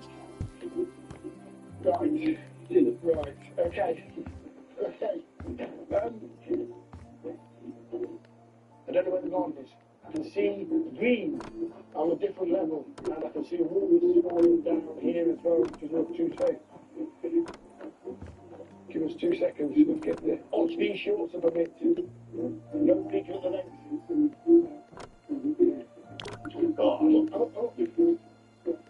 Okay, so, I can't see anything at all here. All I can see is surrounding that gardens, and they have set the bar very high. This could be the same. Looking back at the house, I'm not thinking extension at all. I'm just looking at the guttering and looking at the roof itself. Probably a minute. The TV aerial's down. That's a disaster. It's a major disaster. What we're going to do? I'm actually starting to think about it because how are we going to watch this to the show? As upsetting as this was, there was no time for emotions. As Dion still needed to take a look upstairs. Oh, I'm alright now. I'm alright. They'll fix the TV area and then they can get their fixed homes under the hammer every morning. The bathroom is quite tight. It's got nothing in it. It's been taken out. You'll get a bath, shower, bath toilet, and sink in there. And then you spend some minutes over. Блин, ну смотрится уже. Ё-моё, ты здоровый. Чё сначала, собственно, сначала офис сделать? Там потом уже номера. Хотя бы наверх какой-то от номера. Какой-то из них ходит. Эти перебылы. Кто будет заселяться тут? The crack was running down the chimney breast, so a leak from the roof could have been to blame. But it needed to be investigated by a professional. That concern aside, this place had potential, and we invited along a property expert from the auction house who sought it to see what they made of it. Для великов, понятно. To figure it could generate once renovated. The property does have a great Purchase feel, which belies the interior. Having now had the opportunity of looking around, it's clearly a full renovation project internally. Externally, великими. That sounds like a wild job. I would have got a landscape gardener in, but I'm pretty sure both could turn this place into an oasis. So once all the work here was carried out, what sort of returns could a buyer expect? If you could take that rental in region £9,000 above. If it's going to the open market, again, so to renovated, I would be recommending an asking price in the region of 160 to 165,000 pounds. Now this is as close to a classic Homes Under the Hammer house as you will get. Everything needs to be done from top to bottom, inside and out. I think you need a decent budget for this one, decent time scale, and a good team behind you as well. First on the list though, first job, get that aerial fixed so you can watch Homes Under the Hammer on the television. Let's find out what happened under the hammer. This lot was part of a remote auction where bids took place online. The successful bid of £108,000 was made by golf pro and landlord Neil from Stoke-on-Trent. He had plenty of property experience and planned to add this place to his growing rental portfolio. Dion met him back at the house to find out more. Neil, nice to meet you. Nice to meet you. Where do you start the project with? Well, first job is to strip everything back, really. This is a back-to-brick project, so as you can see, a bit of work has already started, and of course, the gardens we need to clear completely as well. You can see the front garden relatively okay, but you can't see that one. Yeah, I don't know what we're going to find in there when we start digging out, but yeah, that's definitely something that we'll get on to as soon as we can. So, this is number 1, 2, 5. This is number 13, hopefully not unlucky, number 13. Okay, you got to flip it or you got to live in it or rent it? Rent it, that's my prime business nowadays. Okay. Go down the buy-to-let route, so that's definitely what I'll be doing. I've discussed with my project manager the potential to rip out the chimney here. Costings didn't really match the increase in rent that we would get or the increase in value, so we decided pretty much to keep it. Kitchen and yeah, that's going to be utility room, so we've got a washing machine in there. Nice. There's a little bit of room on the other side of the kitchen for a fridge, so that'll open up a bit more kitchen space, really. Perfect. Upstairs then, did that change it at all? No, we did look at turning it into a 3-bed, but looking at the drawings and the measurements, we didn't feel that was suitable, so that's going to pretty much stay as it is. What's going on from here? We try this lottery parking or? We've not decided yet. The basic plan is to just rip out that garden and see what's underneath. There is a little bit of damp as well as you walk around the property. There's a bit of damp. Yeah. Do you know what's coming from? What's the issue? Yeah, so we've had a builder go and have a look, and we've had a look at the loft. We had a structural engineer have a look as well. There's a bit of crack in the big bedroom, and it's coming in through the chimney, and it's affected the joists, so there's a bit of work to be done up there, so that's all part of the budget. I'm very confident we'll fix that without too much difficulty. And that's not a problem, you don't need to look at No. Neil had set aside up to £40,000 for the work, and he had a trusted project manager, Jeanette, who was going to largely oversee the planned 6-month project. And at the halfway point, we stopped by to check on progress. The house had been taken back to brick and then replastered. Then in the kitchen, the space had been opened up, following it. Neil took the opportunity to create a bigger kitchen, rather than going for a separate utility. There was still a lot to do. The kitchen units were yet to be installed, and this was the case in the upstairs bathroom too. The house also needed a second fix of the electrics and plumbing.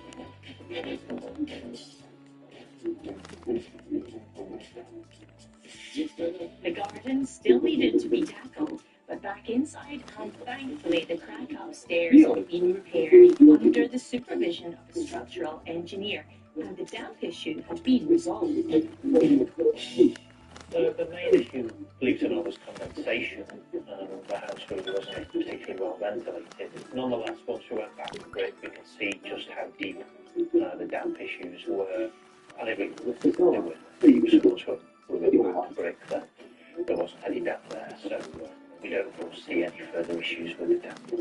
Neil had made good progress in 3 months, and he was on track with his £40,000 budget and 6-month timescale. But this wasn't all down to him. Jeanette is my project manager, and she handles things on a basis, and she handles all the tradespeople and those very tradespeople around this area. So she's worth waiting for. Jeanette and Neil were taking full advantage of this golden opportunity to create an attractive rental property. But with the final stretch go to plan, stay tuned and find out later in the show. Coming up in a Kirkcaldy house, keep watching and I'll give you some green tips. Simple things like that will really improve your energy efficiency. And back in Greater Manchester, have we found the key to a successful refurb? But really, the secret is simple. It's in the people that you use. Back now to South Yorkshire and the steel city of Sheffield, where I saw a 3-bed townhouse that really wasn't cutting it. I love saving what you can, giving it a second life, but here, I think that ship has sailed. You really need to take everything out and start again. Yes, unfortunately, this 3-storey house had seen better days, but it did have plenty of upsides, one of which was the living room and the kitchen above a large garage. But another upside was more of a downside, as it came with a very sloped and overgrown garden. But for part-time property developer and NHS worker Ross and his partner Matt, this £142,000 auction purchase was in a perfect place. Why was it attractive to you?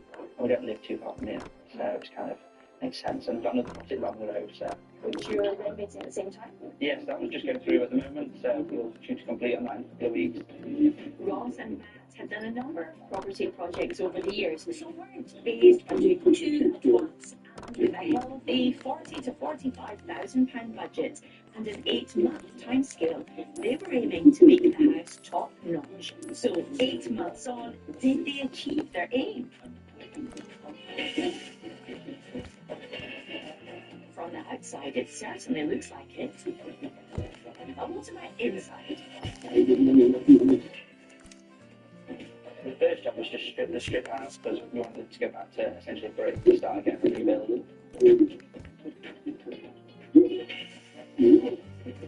Kitchen. So the kitchen we opened up in the living area. Built the kitchen with the integrated appliances, dishwasher, washing machine, oven.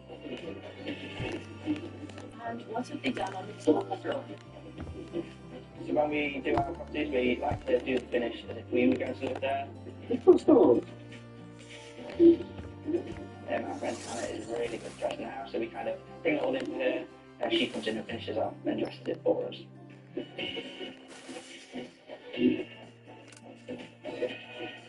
And not only does it look great, with new windows and central heating system, it's now a much more energy efficient home. Overall, you have to say this is such an impressive refurb, with everything so crisp, clean and welcoming. And that's also what some of the neighbours thought about the garden too. We started by digging out at the bottom and putting the sleepers in, to then have the grass patch behind it. We laid a beautiful turf with our personal trainer, and a couple of days later we came back to find the badgers had been in, which we didn't realise were here, and they had rolled the turf essentially back up as it was delivered really, which was very kind of them. So then it was Operation Fence. So we built several fences around, which has hopefully put them at bay.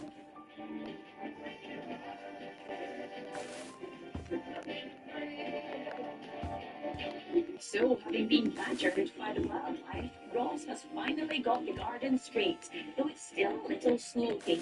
He's created 2 nice chill-out zones, one at the top of the garden and one at the bottom. But how much did Ross and Matt get their hands dirty on this project? Matt and myself both work other jobs, so he's kind of fitting it in around.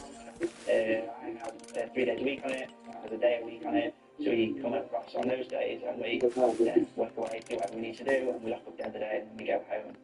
So kind of fit it in, but we don't stress ourselves with it. If it doesn't get done, we lock up and we come back. And once they closed the doors and left, the trade stepped in to do the other work.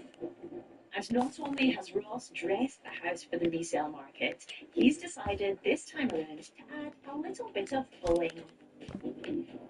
The thing that's most pleasing for us is the handrails are illuminated and the bathroom mirror is illuminated, which is a great use of hidden lighting, which makes a small space look a little bit bigger, a little bit brighter without having the direct light on. So that was probably the first time we've done it and the most pleasing for us.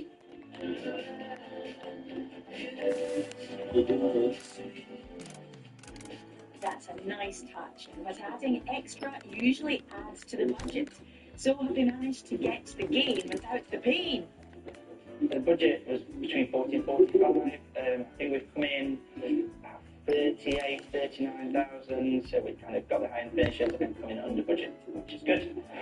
Under budget? Wow! That's rare on Hammer. £39,000 spent on top of a £142,000 purchase price does mean Ross and Matt's three-bedroom house is coming in at £181,000. So, money well spent? What does the property expert who saw it last time think? I think they've done an absolutely fantastic job of this house. The kitchen fittings, the bathroom fittings, the rendering on the front elevation, the use of colours, different colours in the windows, the garage door, the block paving, it just works. I cannot believe the transformation that they've done on this property. It really, really is top drawer.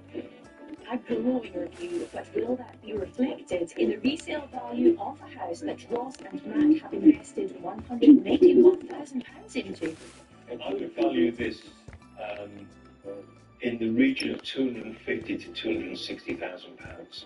Yeah, we're happy with that. £250,000 was what we were hoping for and what it is actually on the market with now. So £260,000 would be amazing. Yes, £260,000 would be great, as it equates to a potential pre-tax profit just shy of £80,000. I know Ross isn't really keen on the rental market, but the expert thought £1,100 per calendar month could be possible, which is a yield above 7%. So, with this one all wrapped up, what's next for Ross? So we'll sell this property, which was always the plan, and we will look for a new property with the proceeds of this sale, and then see where we end up with that. We did buy one in the meantime, but we've kind of fallen in love with that ourselves, so we've kind of moved in, or we are moving into that one. This one will fund the next purchase.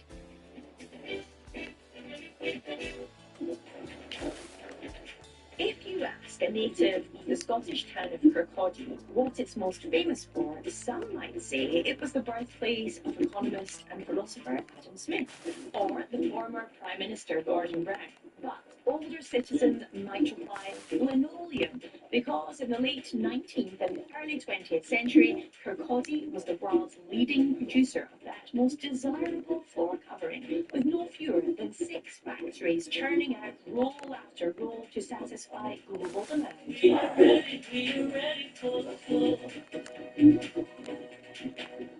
On this pretty busy road, though with lots of shops and amenities nearby, is the property I'm here to see.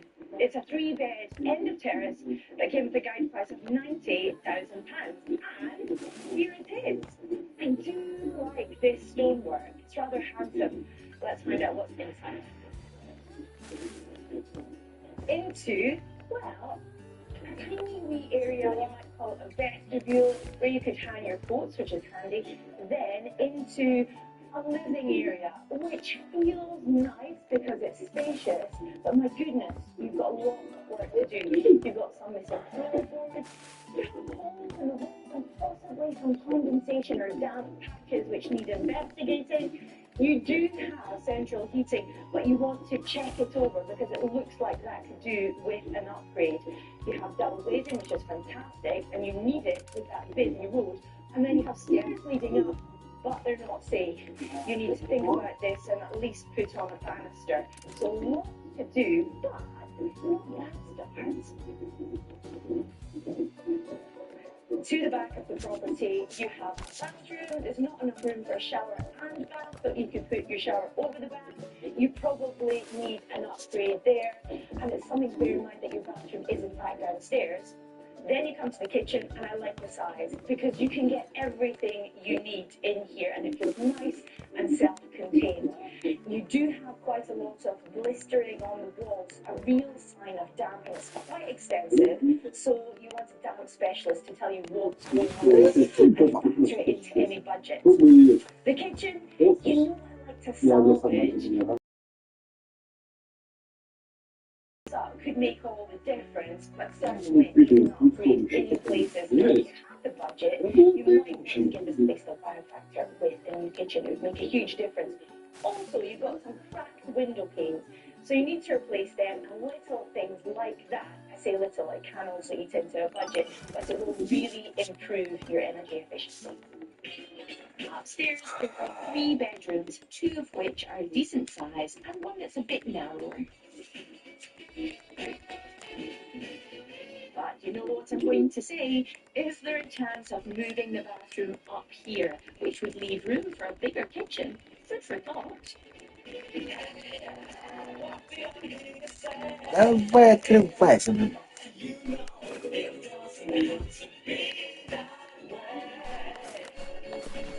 And someone's already started stripping the wallpaper. But judging by the amount of damp in this house, I bet it was an easy job. Interestingly, on your upstairs landing, you've also got this narrow corridor, which leads to what looks like an outside door.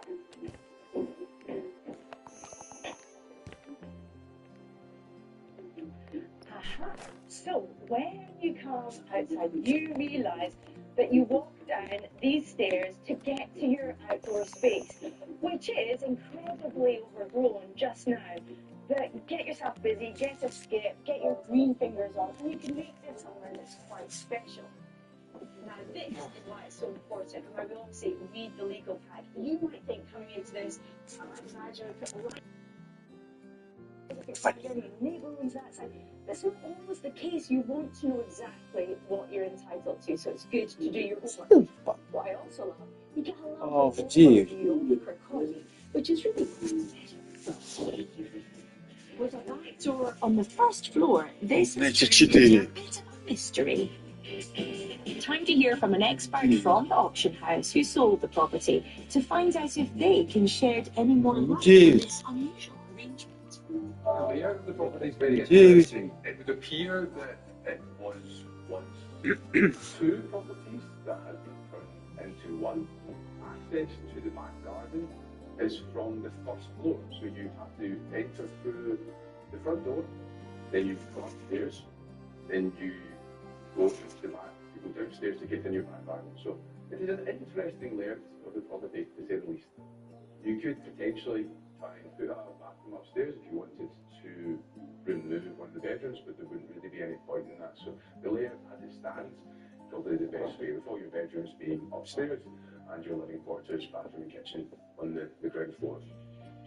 And given the guide price of £90,000, what does he think the resale value could be once the house is renovated? I would expect the property to be valued £140,000 to £175,000. And for rental? I would expect the rental to be £700,000 to £750 per calendar. This property is a bit of a blank canvas. The key here is potential. Give it the love it needs and deserves, and maybe install a bathroom upstairs, and you could have a terrific family home. Let's find out who agreed when it went under the hammer. This lot was part of our remote auction with bids taking place online. It was Dan's Nikki who made the successful bid of £138,000. Dan runs a renewable engineering company specialising in wind turbines, and Nikki is a stay-at-home mum looking after their 2 young children, Louis and Layla. This is their first auction purchase, and they met with me to tell me their plans. Nikki, Dan, very pleased to meet you. Thanks for having us. It's lovely to be in Kirkcaldy. Yeah. In well, I don't know if it's a lovely property, but it could be, right? Not yet. No, it's not yet. But this will be the first time we're doing renovation that we're not living in. But we'll do it. Okay, so you've renovated properties for yourself. this, what's this one for? Right up to a good standard. Make it a nice family. To же самое. Settlement. Right, so this property, had you viewed it physically? Had you read the legal pack? No. So after Dan phoned me to say that we were going ahead and purchase this, I took a drive up.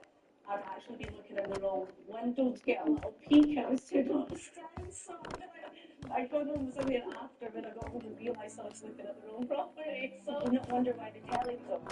yeah, honestly, it was just like a blank space. I thought no one's lived in here, but it looks a lot cleaner than what I had eventually looked at in the photos. So yeah, we never actually seen it until we got the keys.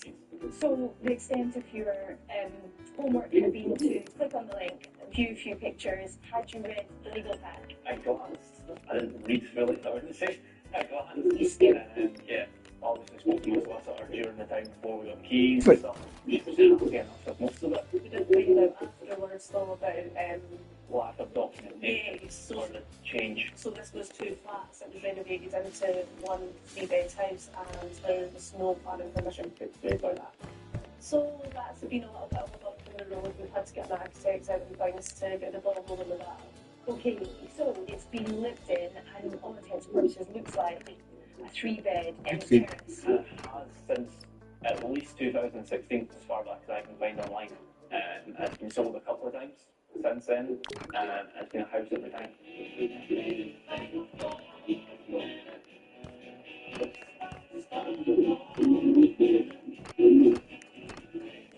To extract themselves from the sticky situation, their architect will submit plans to the local authority for retrospective planning permission, which will include alterations they want to make to the existing layout. Originally, what we wanted to do was knock that wall down and make that whole kitchen diner through there and move the bathroom upstairs because the 3 bedrooms are up there.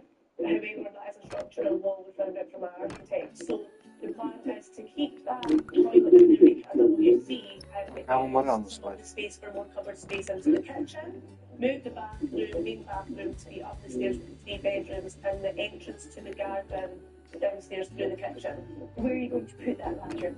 So where the back entrance is at the moment, next to the 2nd bedroom, yeah, we're going to hopefully that back door as long as everything comes back. But we're allowed to do so. Take some of the 2nd bedroom into that, yeah, to make that slightly bigger, of course. Okay, is there a plan B if you don't get retrospective planning permission to make this into a house as opposed to 2 flats? Not really. If there is a problem, then I'll be back to the drawing board, back to the budget, and see is it doable for us to convert back into flats?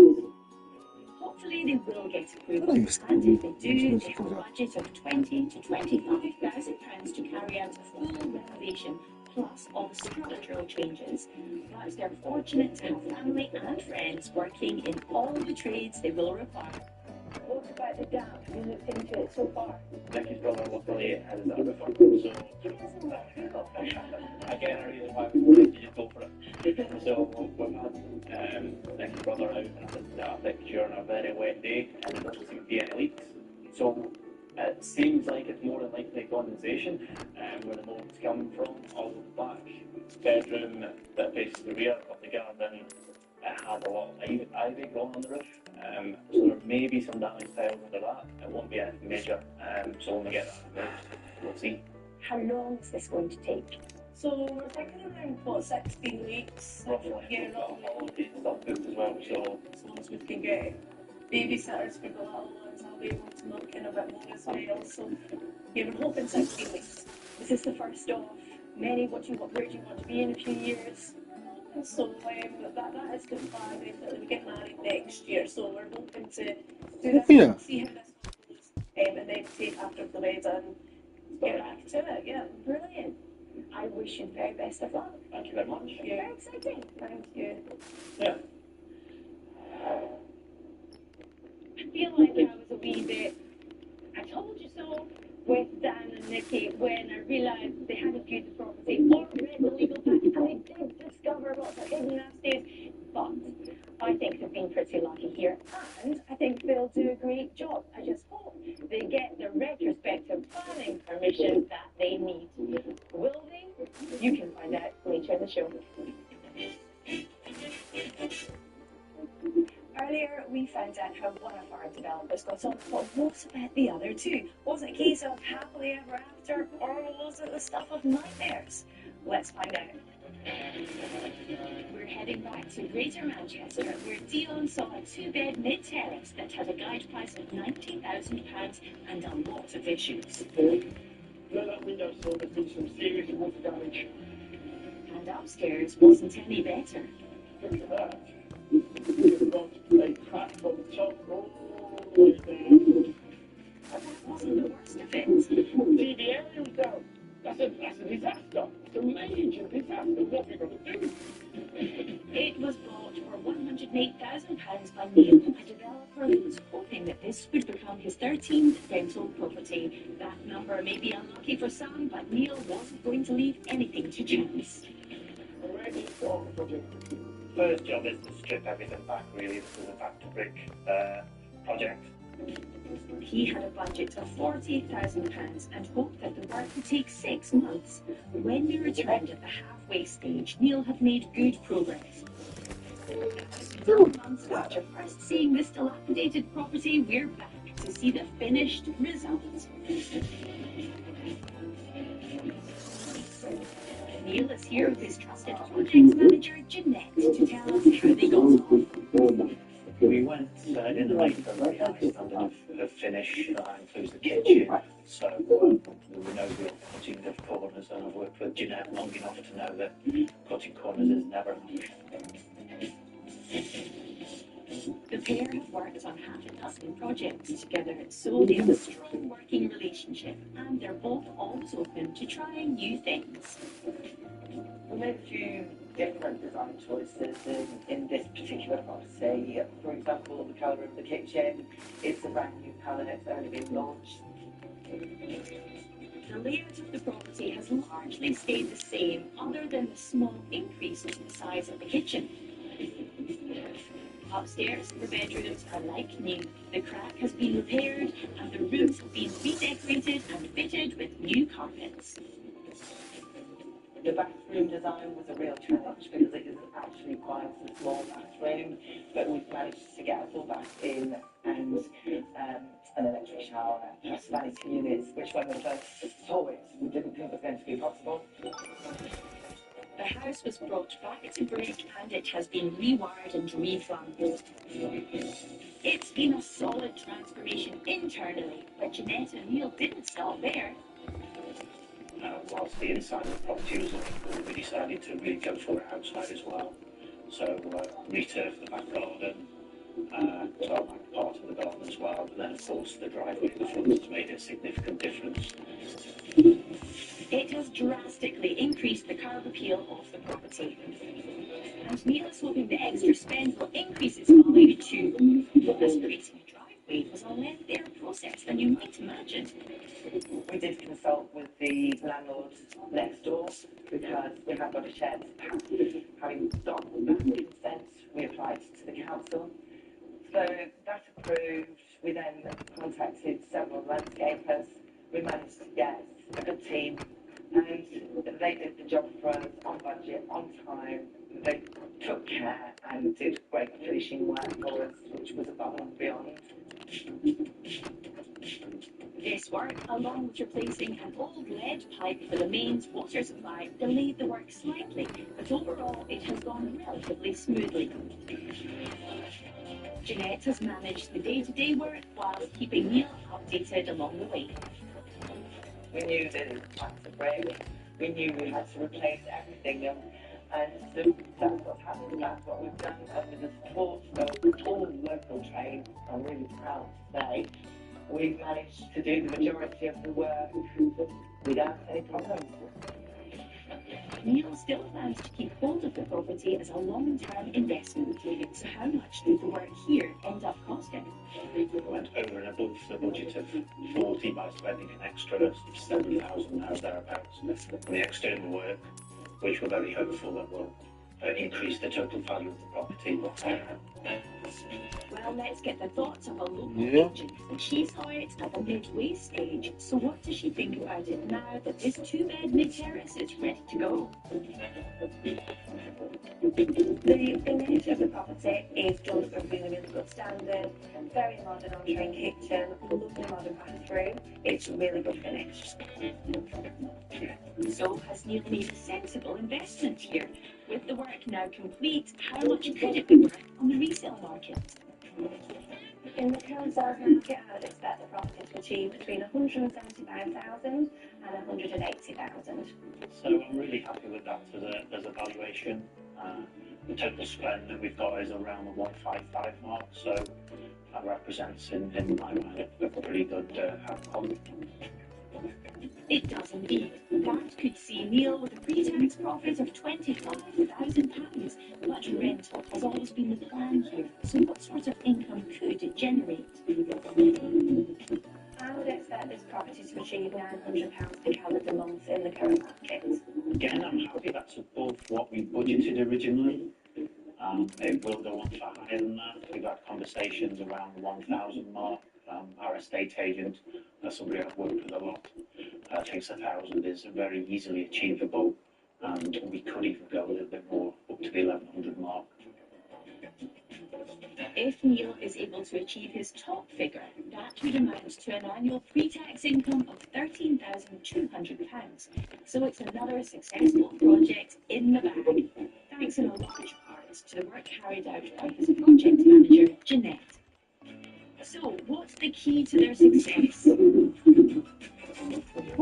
me, is simple. It's in the people that you use. There's no question in my mind that this house wouldn't look like this without the expertise of Jeanette. So that is, for me, valuable to have the right people doing the work for you. Back to the east coast of Scotland now, and the town of Kirkcaldy, where I was taking in the tasks that lay ahead in a 3-bed terraced house that had been valued at £90,000. For goodness, you've got a lot of work to do. You've got some missing floorboards, you have holes in the walls and possibly some condensation or damp patches which need investigating.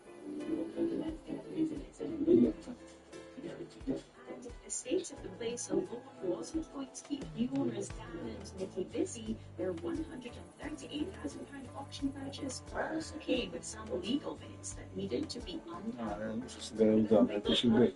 was 2 flats as they made into 1 3-bed house, and there's no planning permission put through for that. So that's been a little bit of a bump in the road. We've had to get an architect out and things to get the ball rolling with that.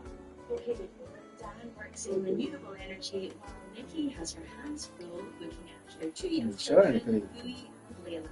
So they were calling on friends and family to help get this house back to being a legally recognised, fully refurbished 3-bed house, all on the £25,000 budget.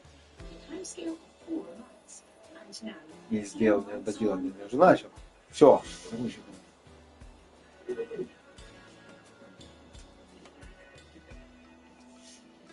Нравится полетели.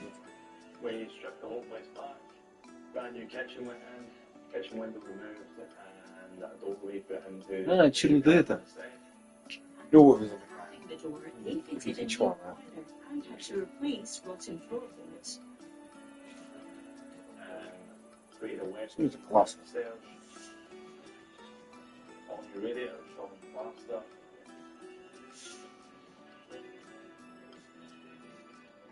They still have a glass stair banister rail to fit, but otherwise, downstairs is good to go. So what I've done with that upstairs is I've taken away some of the bedroom to create a bathroom there, what was the backdoor area. That's great, getting a bathroom upstairs, perfect for the 3 bedrooms, which are now looking slick and bright.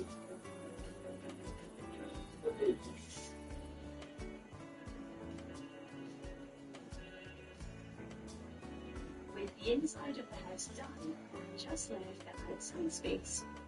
Heading up the back garden, fencing off the private area, and bits on the gyms there. There is also the garden that's not belongs to this property.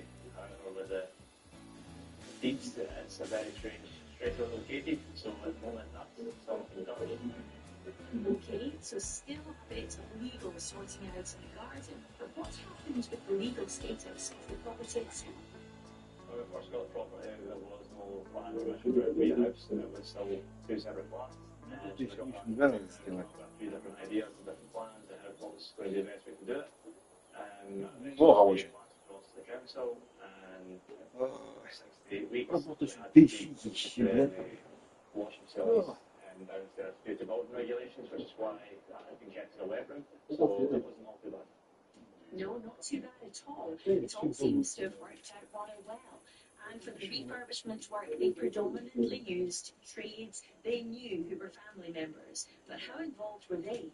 Individually, what we did in the property was Dan took over the project managing of it, and he decided and took care of all the tradesmen coming in and out, and timescales, etc. And he also did most of the ripping out in the beginning, which was really helpful. Myself, I did a quite get round to it as well as what we thought we would have. This was the couple's first development project, and it wasn't exactly straightforward. So how did they cope working together?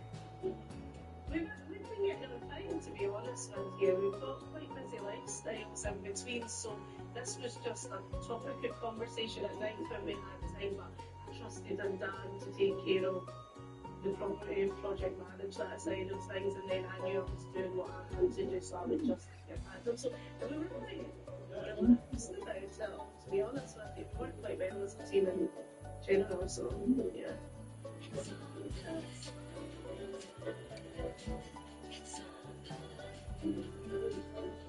But will they be just as chilled and relaxed about their spend?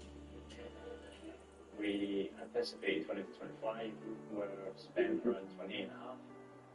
That's mainly due to 4 joists, having to create 2 full bathrooms when we didn't plan to, put the new kitchen in when we were thinking about possibly saving the old one.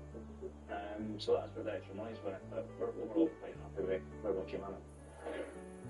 That's £28,500 spent, along with a £138,000 purchase price, takes Dan and Nikki to just short of £167,000. So, money well spent. What does the property expert who saw it last time think? The finish is really nice, so they've gone with some darks and contrast that with white, which is good. So actually when you walk up to the property, there's the dark black doors, and then they've got the outline of the window frames and the lintels, and they painted it, so it really actually makes the property stand out a lot. But will standing out be reflected in the potential resale value for a property Dan and Nikki have invested nearly £167,000 into? Should they sell it? I would say £165,000 to £175,000. I think it's a little bit under what we were expecting. What we go on the market next week for offers of 180. This isn't going to be a huge earner for the couple, perhaps an £8,000 to £13,000 pre-tax profit. And should they change their minds and opt for a rental return, then the expert thought £800 per calendar month should be possible, which equates to a yield of around 6%. But they are hoping this will be the start of a property development journey, though they do have a few other things to sort out before they jump back into it again. We're going to go on another family holiday shortly, and then we've got a busy back end of this year with weddings to plan. Yes, planning for the wedding. How's that going?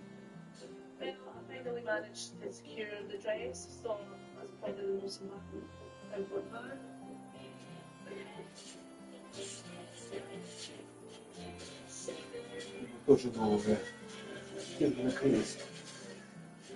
Yes, and if the wedding goes as well as this project, I'm sure it will be a great success.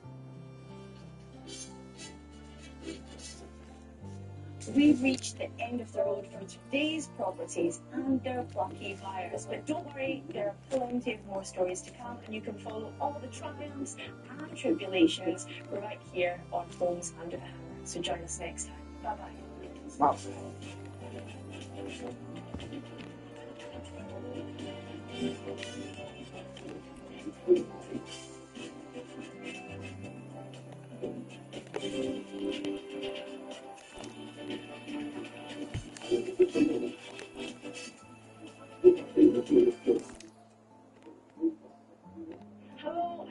welcome to the show.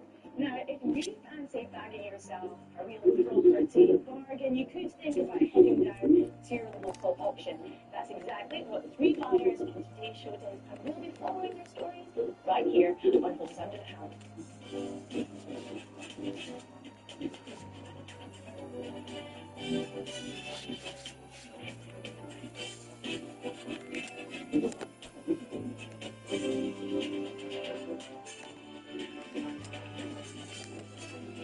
Скоро она уже дома.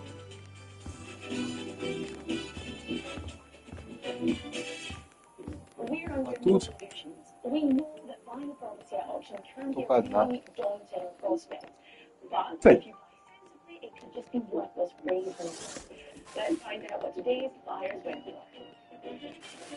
Coming up, someone has already got stuck into a property I visited in Glasgow. Somebody started some work, but you've got to do an awful lot more work.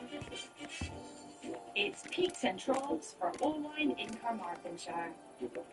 Down the stairs, up the stairs. Love that little thing. And Jackie's on the hunt for period features in London. You know, I can't help Ah, Jackie. potential fireplace. All these properties were sold at auction, and we'll find out who bought them and what they paid for them when they went under the hammer. Sold. We're starting in Scotland and Glasgow. In 2013, a new city slogan was introduced. Scotland. People make Glasgow. The motto cemented itself during the 2014 Commonwealth Games, and it stuck around Glasgow. today. And just a couple of miles from the bustling city centre is where I'm headed to see our first auction lot.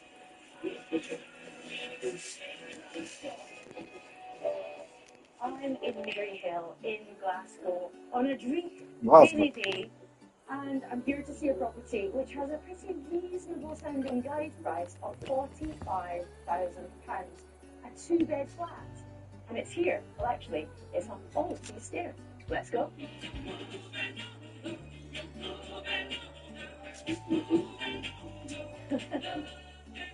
Still going. Although it is a ground floor flat, that's a little bit misleading because there's a lot of steps that you have to go up to come off street level. So it will need to suit anyone with mobility issues.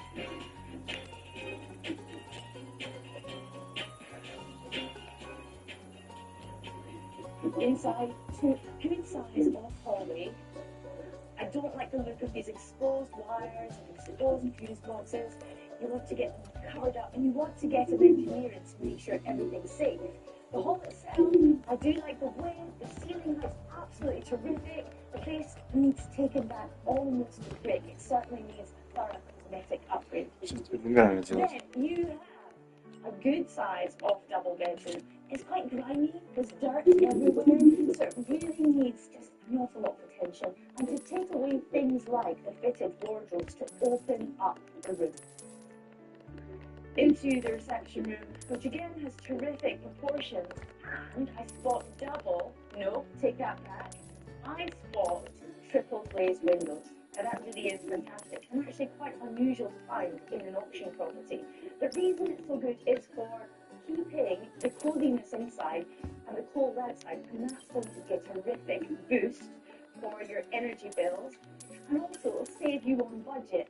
That said, the panes are quite small. You might prefer bigger panes. I'd keep it because it really does save on that budget.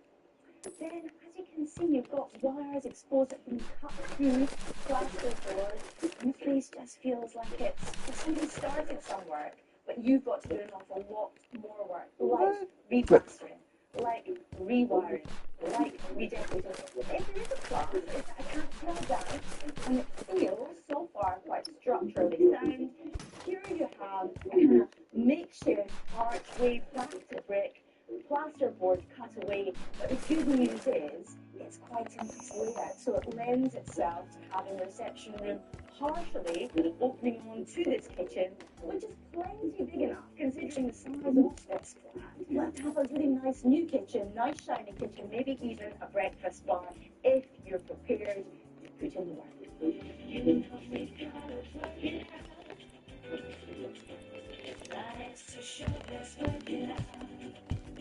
While it will take some work to get this flat into a habitable state, the triple glazed windows and lack of damp are a great start.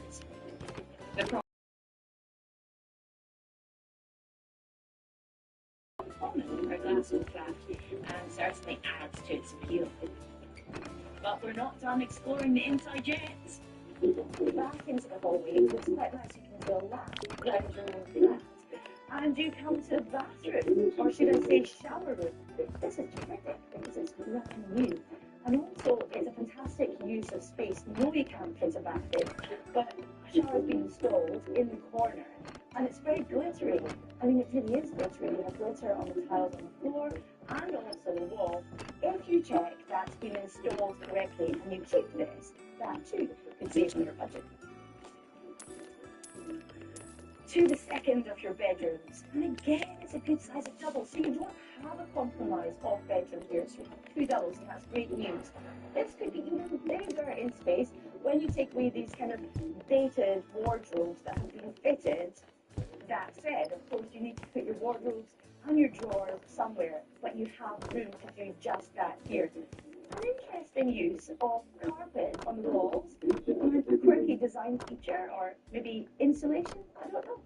The carpets on the floor are threadbare, and they've got more holes in the walls, but it doesn't matter because you're giving this place a complete refresh and a lot of love.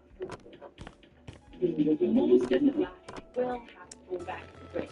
But if that sparkly bathroom is to your liking, keeping it should help to ease the pressure on any potential budget. But what sort of returns could an investor see once the flat is fully renovated? We asked along an expert from the auction house that sold the property to get his thoughts and evaluations on this two-bed flat that had a guide price of £45,000.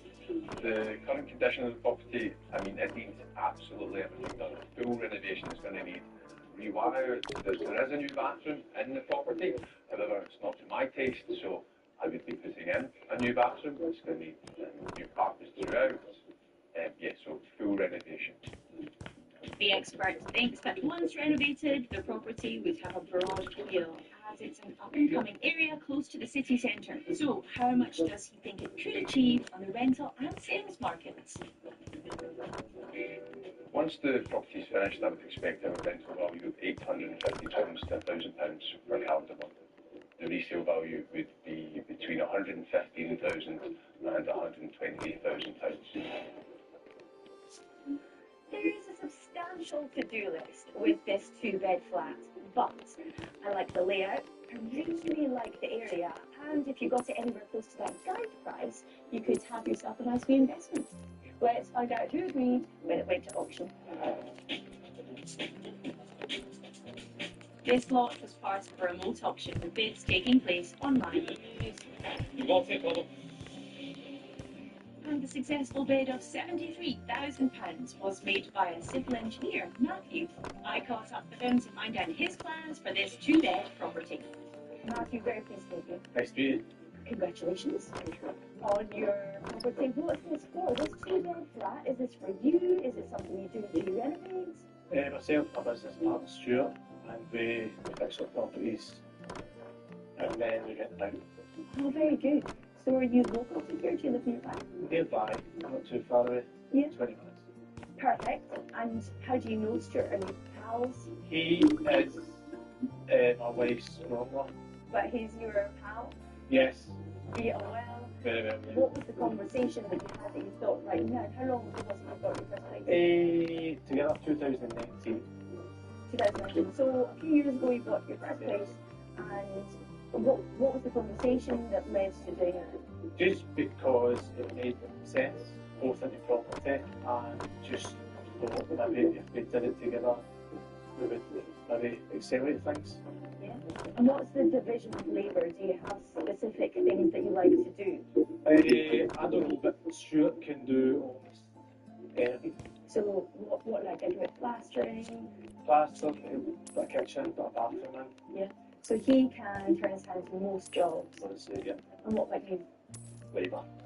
Just labour, I would say. That's just, I mean, I'll be the one who goes in here, rips things out, sweeps up, tidies up. organises, opens the door, closes the door, what his contractors are. That's great, because these are the time-intensive jobs that you're not paying somebody else to do. And it's quite admirable to have your own job, your own day job, renovating properties, but you're not saying, I'm just going to watch from afar. You really are getting your sleeves rolled up. To make it work, yeah, you have to get involved, I would say. Yeah. So, what's the plan here, and why did you go for this one? We've just finished a property just a street over there. We know the area, I think it's quite a good area. The last property rented out, no problem at all. Did you view this property for buying? Not physically, no. There was a video done by the auction house, and there were a lot of detail in the video, so it gave you a good idea of what we'll get. Talk me through your plan for here. Rewire, I would say, new LCD board, new kitchen, new bathroom, and plastered out, I would say, and paint decorate. Yes, new bathroom. You've got a new shower room. I know, I just think depends who's going to move in, but usually they have a bath with a shower over it. That's usually the finish we go for. Might still keep the unit in the toilet though, because we've seen it in the towel room, because it's in a good working order. It's just the sort of wall paneling and the shower that can be changed. It is nice to have a bath. Could you get a bath in here? Can you get a bath? I think so, yeah. I mean, from measuring just from the elevator I came in, 1.7 metres, so yeah, I think you could, on the left hand side, I think you could put a bath there. Fantastic. And what about the flooring? What are you going to do with the flooring? Durable, I've just put laminate throughout. Okay. What's your budget here, Matthew? I would say 10,000, just under that. Okay. I would put a sort of contingency as well, I would say. How do you make it work in that budget? And I think I know kind of answer. It's going to be myself and Stuart not on the labour, yeah. Okay. So this is going to take you how long? I'm going to say 8 months just as a worst case. As a worst case, yeah. I'm quite Yeah, patient. just going with it. Just go with the last property, that was 8 months. Yeah. So just say the same again as a worst case. Okay, and that budget, £10,000, what's going to be really interesting, quite inspirational, is to see how hard you work and how you can do it for £10,000 because you're effectively creating a new home for someone. I'm confident the budget is really 10,000 because again, we used that in the last property. Yeah, very best of luck. Thanks very much. What a fantastic attitude Matthew's got. He's not afraid of hard work. And along with his business partner, Stuart, who sounds handy too, they're going to transform this place on a budget of £10,000. That would not be possible if they had a team of trades coming in. But they're pretty much doing it themselves, and I can't wait to find out how they get on. You can find out later in the show. We're off to the market town of Llanelli now, situated 11 miles northwest of Swansea. It's the largest town in the county of Carmarthenshire, and Rowan's here to check out our next auction lot. Today I'm on the outskirts of Llanelli in this residential area. The train station is just over there, and actually we're not too far from Llanelli's North Dock if you want to see a bit of water. But what we're here to see today is this. It's a mid-terrace house, but I do know this has actually been converted into 2 flats. It had a guide price of £50,000. Let's find out if that was a bargain. Yes, for a pair of one-bed flats, that sounds like a steal.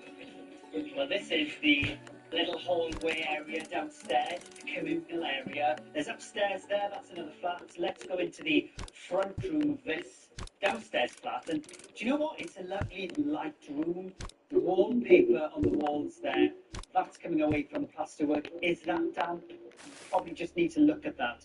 But ultimately, not a bad space. Let's see what else is through here.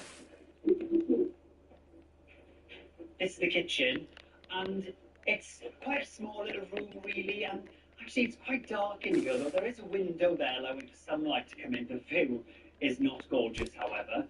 These worktops and kitchen units, probably want to change those, I suppose. And if the budget's stretched, behind this wall, which is a supporting wall, is the living room. Wouldn't it be gorgeous if this was opened up and you'd have a lovely kitchen, dining, living area? It's an option. Floorboards underneath this lino, I think. But, okay, not a bad room. Let's continue the tour. Down the hallway to the back of this flat, and we have what I imagine Here's a bedroom, perhaps, and wherever you cast the eye here, there are signs of damp, condensation. It feels quite cold and damp in here as well. There's a lot of it concentrated around this wall. So there's a vent there, which means this potentially could have been a fireplace. There's a bathroom back here. Boiler looks new. We probably want to change all of this. So I wonder if this perhaps used to be a fireplace, which means this is a chimney breast. Is there water coming in? You definitely need to have that looked at. Finding the cause of the damp should be the first port of call before moving on with the rest of the work. But it's not just the inside of this one-bed flat that needs attention. There's a garden at the rear, which is shared with the flat above, and is completely overgrown. It needs to be cut back and tidied up if the buyer wants to create a usable outdoor space. And the external staircase that gives the top floor rear access needs to be made safe or replaced. For now, it's best to take another route. Up the stairs into the second flat. I do like these old stairs actually. The carpentry would have been gorgeous at one stage, but these walls are not gorgeous. They need a lot of work. There are bits of plaster falling off out there. And now we're in what I imagine is a bedroom. Looks like someone's had a go at taking the wallpaper off here already. So actually, the walls don't look too bad. We've still got some areas though that are of concern. Some cracked plaster up there, because they throw into the loft in a few places as well. So bits of it okay, bits of it not so okay. Let's have a look at the rest.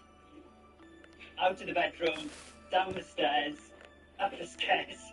Love that little thing. We have a kitchen through here. It's a bit tired, it's dated, it needs to be changed really.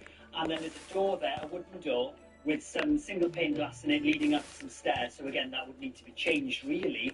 Small bathroom through here. That all needs to come out, that needs to be put back in.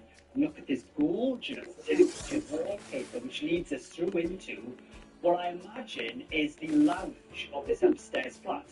We have two pretty big windows at the front actually. There's plasterwork coming off the walls here. We've got some quite deep holes in the walls in places actually. And this flooring needs changing as well. But look at this stunning little mirror they've left behind. Mirror on the wall. What's the fairest of them all? Correct answer, darling.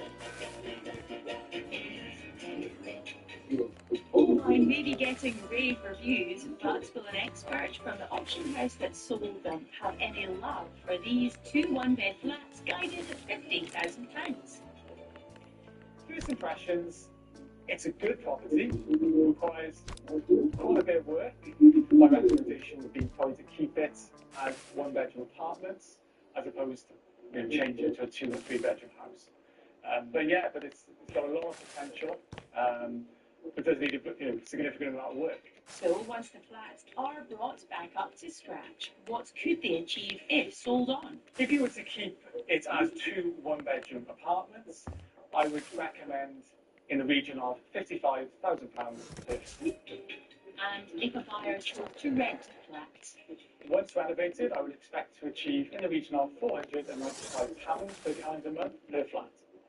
Well, we have a couple of options with these 2 flats. Do you keep them as flats? Do you turn it back into one house? Whatever you do with it, it needs a lot of work. Complete gutting inside. But let's find out who is up for a bit of flat finessing when this lot went under the hammer. This lot was part of a remote auction with bids taking place online. Yours well done.